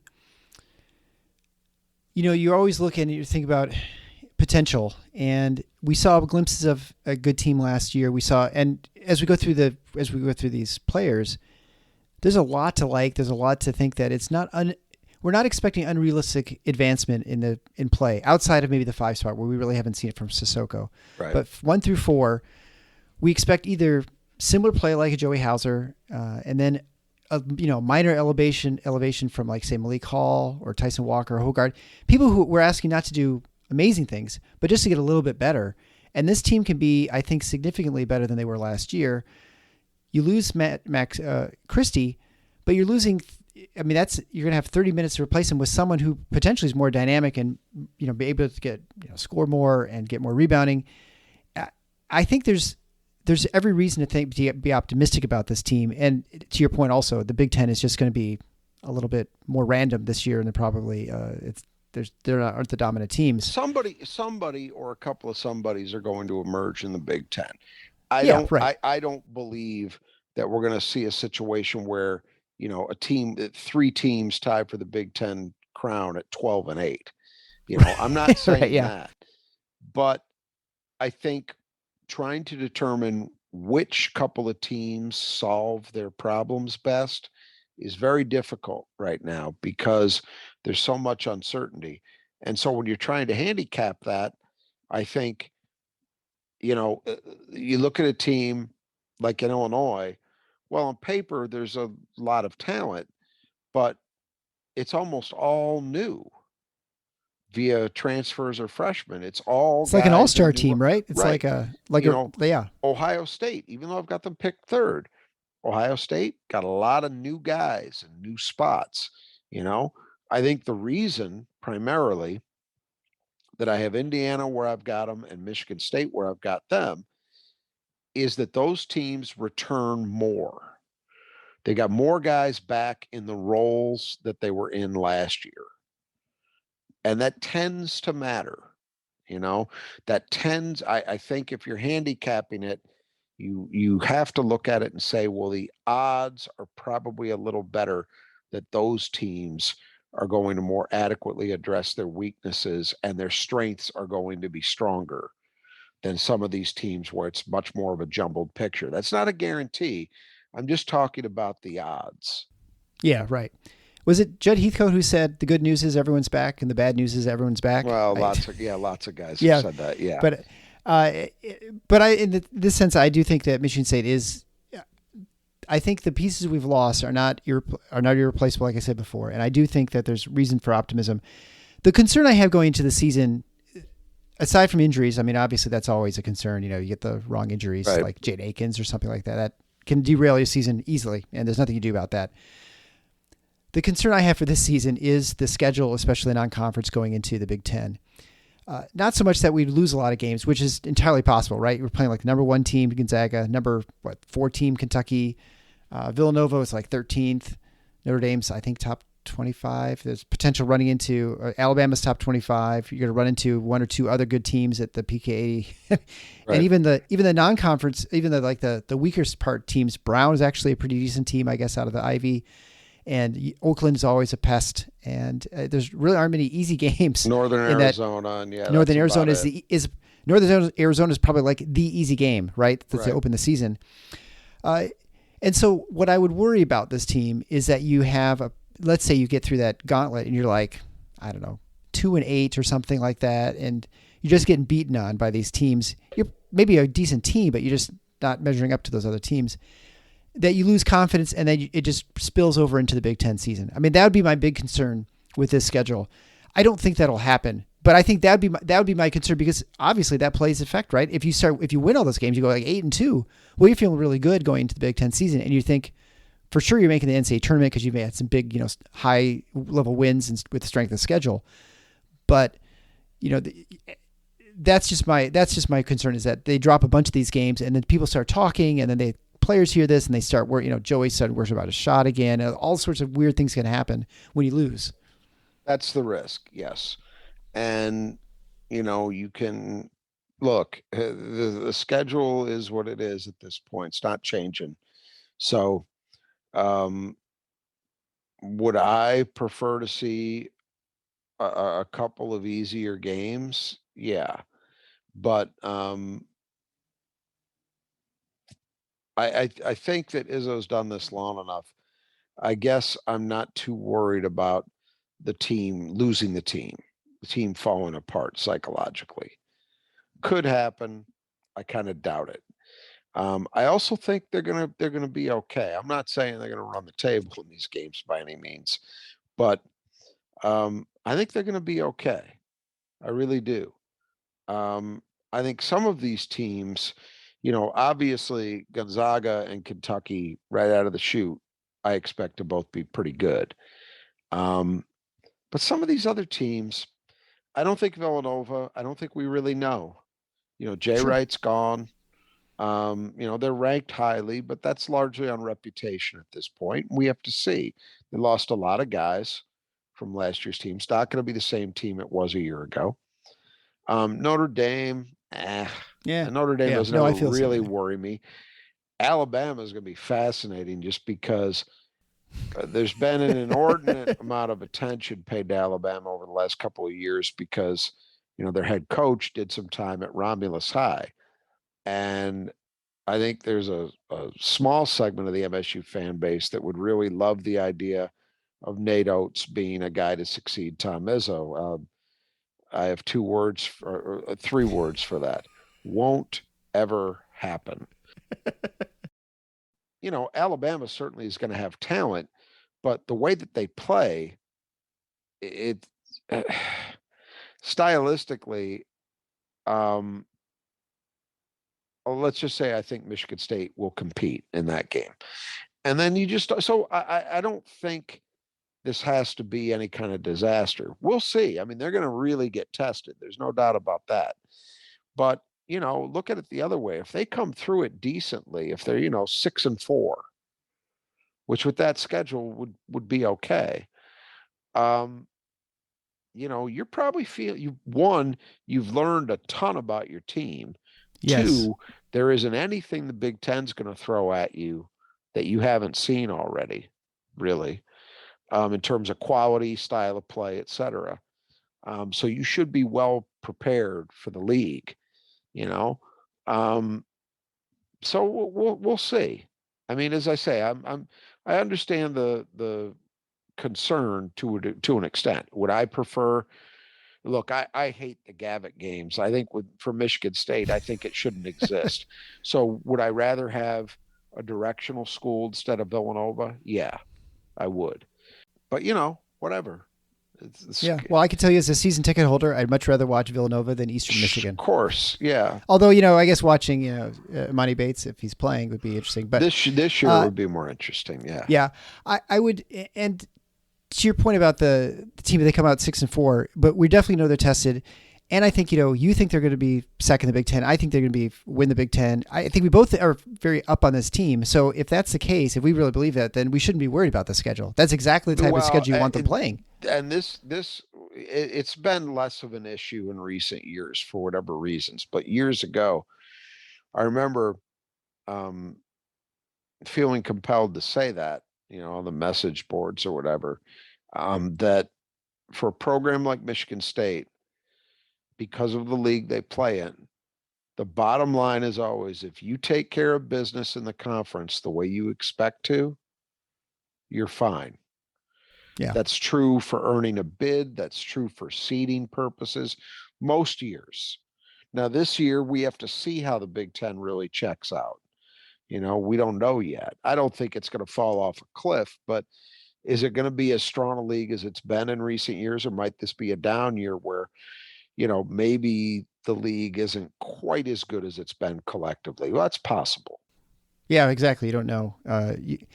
Because of course it's always hard. You're very conference centric or you're team centric. It's impossible to know everything that's going on at all the different places and other different conferences and leagues, because there are a lot of transfers in this conference and a lot of players moving around. But that's the case everywhere. And I think with there are only 60 teams and out of 311 that didn't have transfers this year. So I think Michigan State's one of the few Power Fives. There's only 6 among Power Fives. Yeah, 6 among Power Five. Yeah. So it's super, and it's a so there's a lot of turnover, a lot of movement around, and so I like the schedule. I do like watching the games. It's more interesting. Obviously I like winning. So in some ways you'd rather win a bunch of games, but playing a schedule like Ohio State, where I think it's like the 300th ranked strength of schedule or something like that, or maybe 270th. Yeah, because they play like one good team, and then it's like, what do you learn? Well, yeah, you're 11-1 going into the Big Ten play or something like that. But you haven't the first week, figured anything out, and right, exactly. We've seen this over and over and over in Tom Izzo's tenure. So it's nothing new in that respect. So I don't know. It's a concern, but it's not a major one for me because I think it all comes out in the wash eventually. Yeah, I think so. And I guess my only other concern with that gauntlet is if you have someone like Jaden Akins who turns out he's actually not ready to go, that really makes it a struggle being competitive in a lot of those games. And so then that really kind of sets you back and hurts you. But like you said, there's nothing you can do about that anyway. So there's not, and as of right now, I don't seem to sense any panic that he won't be ready. So right, it's not like the Mel Tucker where he's sore and he'll be ready when he's ready. We actually have some sort of updates from Tom Izzo. Yeah. So I mean, the other big question is what's going to happen to the 5. We talked about this quite a bit. I think my take on it on the 5 is that we can at least tread water compared to where we were last year. And I think there's a potential to be better. I think, offensively from a backup standpoint, if you have Marble versus Kohler, I think probably we're going to be better. I think the question is Sissoko going to be as good as Bingham or close enough to him that you're not having a big drop off there? And then of course you got Cooper, who's, may play some role in that as well. Wild card. Yeah. I'm not as worried about the 5 as maybe other people are. And I think we actually have pretty good depth there. I know people thought you'd need to bring another 5 in, but I don't know what for, unless you think we just total incompetence at the 5, right? Once they signed Cooper, it made that moot. There was an argument that, okay, the third guy, there's room for a third guy. And then when they added Cooper, it was clear they weren't going to do that. I don't know. I mean, it's, part of me, statistically, you look at what Michigan State got out of the 5 spot last year, and it was about 15 points a night between Bingham and Marble. Almost 10 boards. Not terrible production, but it never felt to me, well, I should say from January on, it never felt to me like Michigan State was nearly good enough. They might not be good enough this year either, but I'm okay with rolling the dice on guys who have unanswered questions and have the potential perhaps to be that or be better. I don't think Mady Sissoko is likely to score 9 points a game the way Marcus Bingham did. He might not even score the 6 that Julius Marble did. But could he be an effective rebounder and an effective defender for them? Yes. I think it is possible. Now we got to see, can he stay on the floor? That's the big question. Jaxon Kohler I could see him being a guy who in 12 minutes a night scores 9 points on average. Mm-hmm. I could absolutely see that. Because I think when he's on the floor, he's going to be very productive offensively. So you have that card to play, that if you feel like you need more production, you've got a guy who can probably get it for you. But can he do enough of the other things? We don't know. I mean, it's absolutely, I would never tell anybody, oh, the MSU's got it solved. It's not a question mark. Of course it's a question mark. It's the biggest one they've got. but I don't think we know how it will be answered just yet. And I'll say this much: Tom Izzo made a conscious decision to go at it this way. He's not interested in losing games. No. Okay. Now he could be wrong. But at the very least, people should understand going in that he believes he's got enough to win with. And how much that matters to you, I guess that's in the eye of the beholder. For me, it matters. It carries some weight. The fact that he felt this combination of players was good enough to get it done. Okay, that has some sway. That carries some weight with me. Well, and I don't think, we're not apologists here for Tom Izzo. We're not, I don't think. He could be wrong. Right. But I don't think also that we don't look at him critically and sort of what decisions he's made. I think, in general, you defer to the person who's been successful through his career. And he hasn't missed an NCAA tournament. Came close once or twice, but that's still amazing. I mean, that's an amazing feat. And that's really the point, is when I say he's not interested in losing games. He's not running a charity. This isn't I feel badly for Marty because he's been here 2 years and he hasn't really gotten a chance. Let's give him a chance. That's not what this is. He believes that this is a player who, with the proper development, can be really effective for them. Now, has he reached that point yet? Well, we're all going to find out together. But if my choices are Tom Izzo's opinion or Joe Spartan fan 965444 on Twitter, which way am I going? Yeah. Doesn't mean Izzo's right. If I've got to weigh that out, and again, that isn't just, I defer to the coach because he's the coach. No, I'm deferring to the guy who's in the Hall of Fame. Right. Yeah. And exactly. Who's done it, as you said, who's never missed a tournament, knows better than anybody else what it takes to compete in this conference because he's done it longer and better than anybody else. I mean, I don't even think that's a particularly close call myself, in terms of where you put your faith. Internet randos or, the guy who actually sees Mady Sissoko every day. So here's an interesting thought I just had. And let's imagine a scenario where Mady Sissoko is actually everything we hope he's going to be. And he's able to stay out there. He's able to rebound. He's able to avoid significant foul trouble.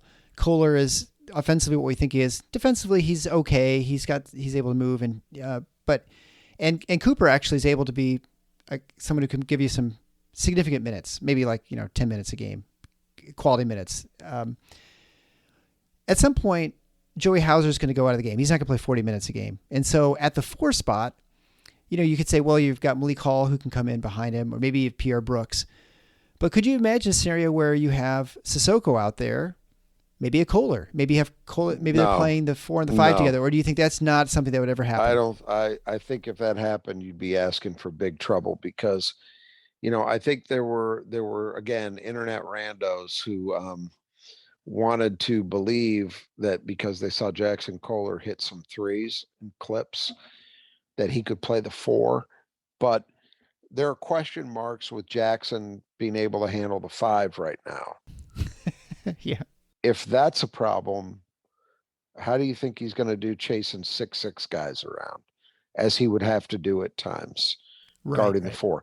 At Michigan State, you are what you can guard. So, no, the answer to that is no. I think, and you don't think Sissoko could do either, right? You don't think it could be a flip? None of their 5s. Those guys are 5s. It's going to be Hauser and Hall, and maybe you might have Brooks for spot minutes, but Hauser and Hall, as long as those guys are healthy, MSU's fine. And then the other thing, of course, is because Hall's not going to exclusively play the 3. I mean, I think they're going to start him there, but he's going to play plenty of minutes at the 4. So then what happens with rebounding this year? Because I think you pointed out, and if anyone who's been a longtime listener to the show knows that the rebounding has been an issue, and despite what the announcers say during the games, Michigan State always dominates the boards. it hasn't been the case the last couple of years that Right. we've been, I suppose, better than average, but that's not been average for Michigan State, right? That's definitely a big drop off. And so much depends on that, right? Getting rebounds, clearing the boards, which helps you on defense, obviously, but also getting the break going. All those things are important. And if you're not able to do that, it causes all kinds of other problems with the team. And then other issues that are not normally as big issues like turnover percentage and, those things obviously become bigger issues when you can't rebound and then they become I think it's the big unknown with this team. I know this much. I have reasonably good faith in Joey Hauser as a rebounder. I think that a guy like Jaden Akins, if he plays the minutes I anticipate he will play, I think he can be a very good rebounder. I think Malik Hall can be a decent rebounder. But it's other guys, the guys at the 5, that's an unknown. We got to see how they hold it down. And then the rest of the perimeter group, can Pierre Brooks is a guy who to me should be a very good rebounder. Can he contribute the way I think he can? Can Hogard be an effective rebounder from the point, maybe a little better than they've had in the past? He's shown signs. So I don't think it would take a lot to be better because, frankly, they were pretty damn bad last year. So it's not like, oh God, how do we ever surpass that? They could be better just with a better mentality. We're going to have to see that. I mean, this is not going to be a huge team. So we know that coming in. This is not a particularly big team. At the 5, Madi can play bigger than his listed height because of his wingspan, but Kohler's not a huge guy. Cooper's big, but how much is he going to play? Much. Yeah, right. Hauser is what he is. Hall is what he is. So they're not particularly big, but that doesn't necessarily mean much. I think there's a chance they could be better. They need to be better. Can they be better? Will they be better, I guess is what I should say. I don't know. But they've got to be. They've just got to be. They got to be better. Second chance points on offense would be a huge deal if they can get more of that going. But, man, the biggest thing by far to me is defensive rebounding, just ending possessions, one and done, not giving teams second chances. That would go such a long way toward improving their defense.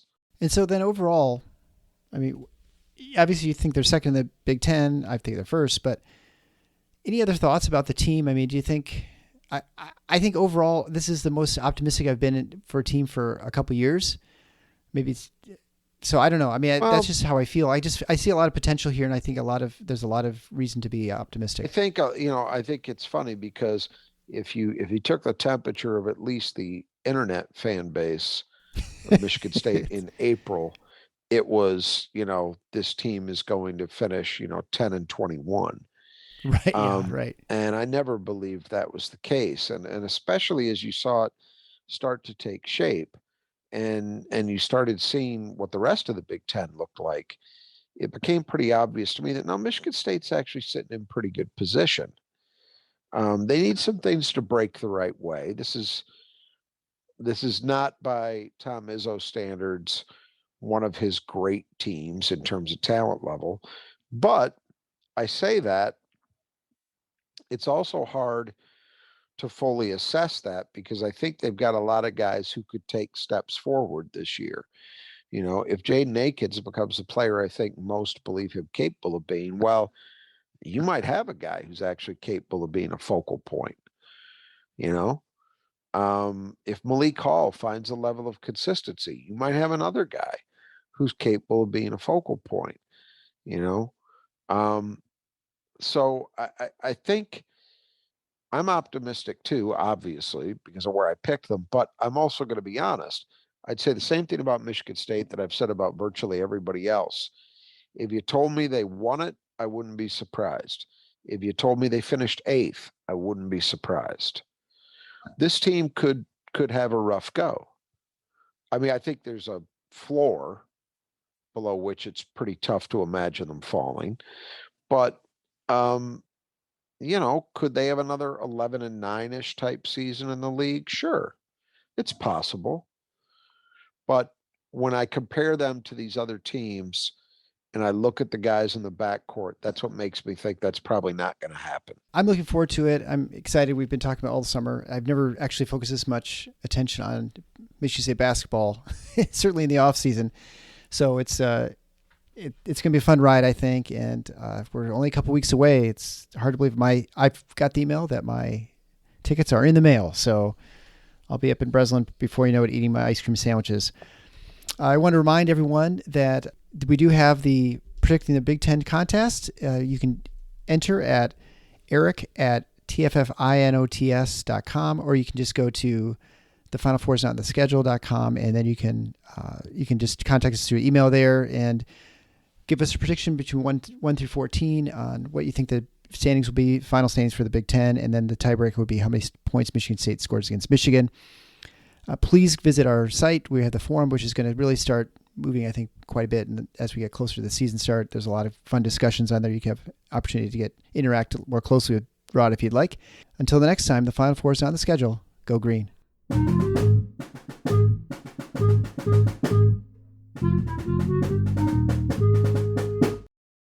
What if you could have invested in Tom Brady's stock as a rookie? Your investment would have been up over 4,000%. Now it's not what if, but who's next? Mojo is the all-new sports stock market that lets you invest in your favorite athletes and cash in on your passion. Sign up right now in the Apple App Store to get your first stock free, worth up to $10,000. Over 300 NFL players are listed on Mojo, so you can invest in rookies like Breece Hall, rising stars like Elijah Moore, comeback candidates like Saquon Barkley, and superstars like Patrick Mahomes. Go long to make money when an underrated diamond in the rough breaks out, or short an overrated rival and make money as he flops. Prices move with every play, every game, and every headline, and you can buy and sell instantly anytime, all year long, so the action never stops. Mojo is live in New Jersey now. Get Mojo in the App Store today and start turning playmakers into moneymakers. Must be 21 or older to use Mojo and located in New Jersey to make trades. Have a gambling problem? Help is available at 1-800-GAMBLER. Visit mojo.com for more info.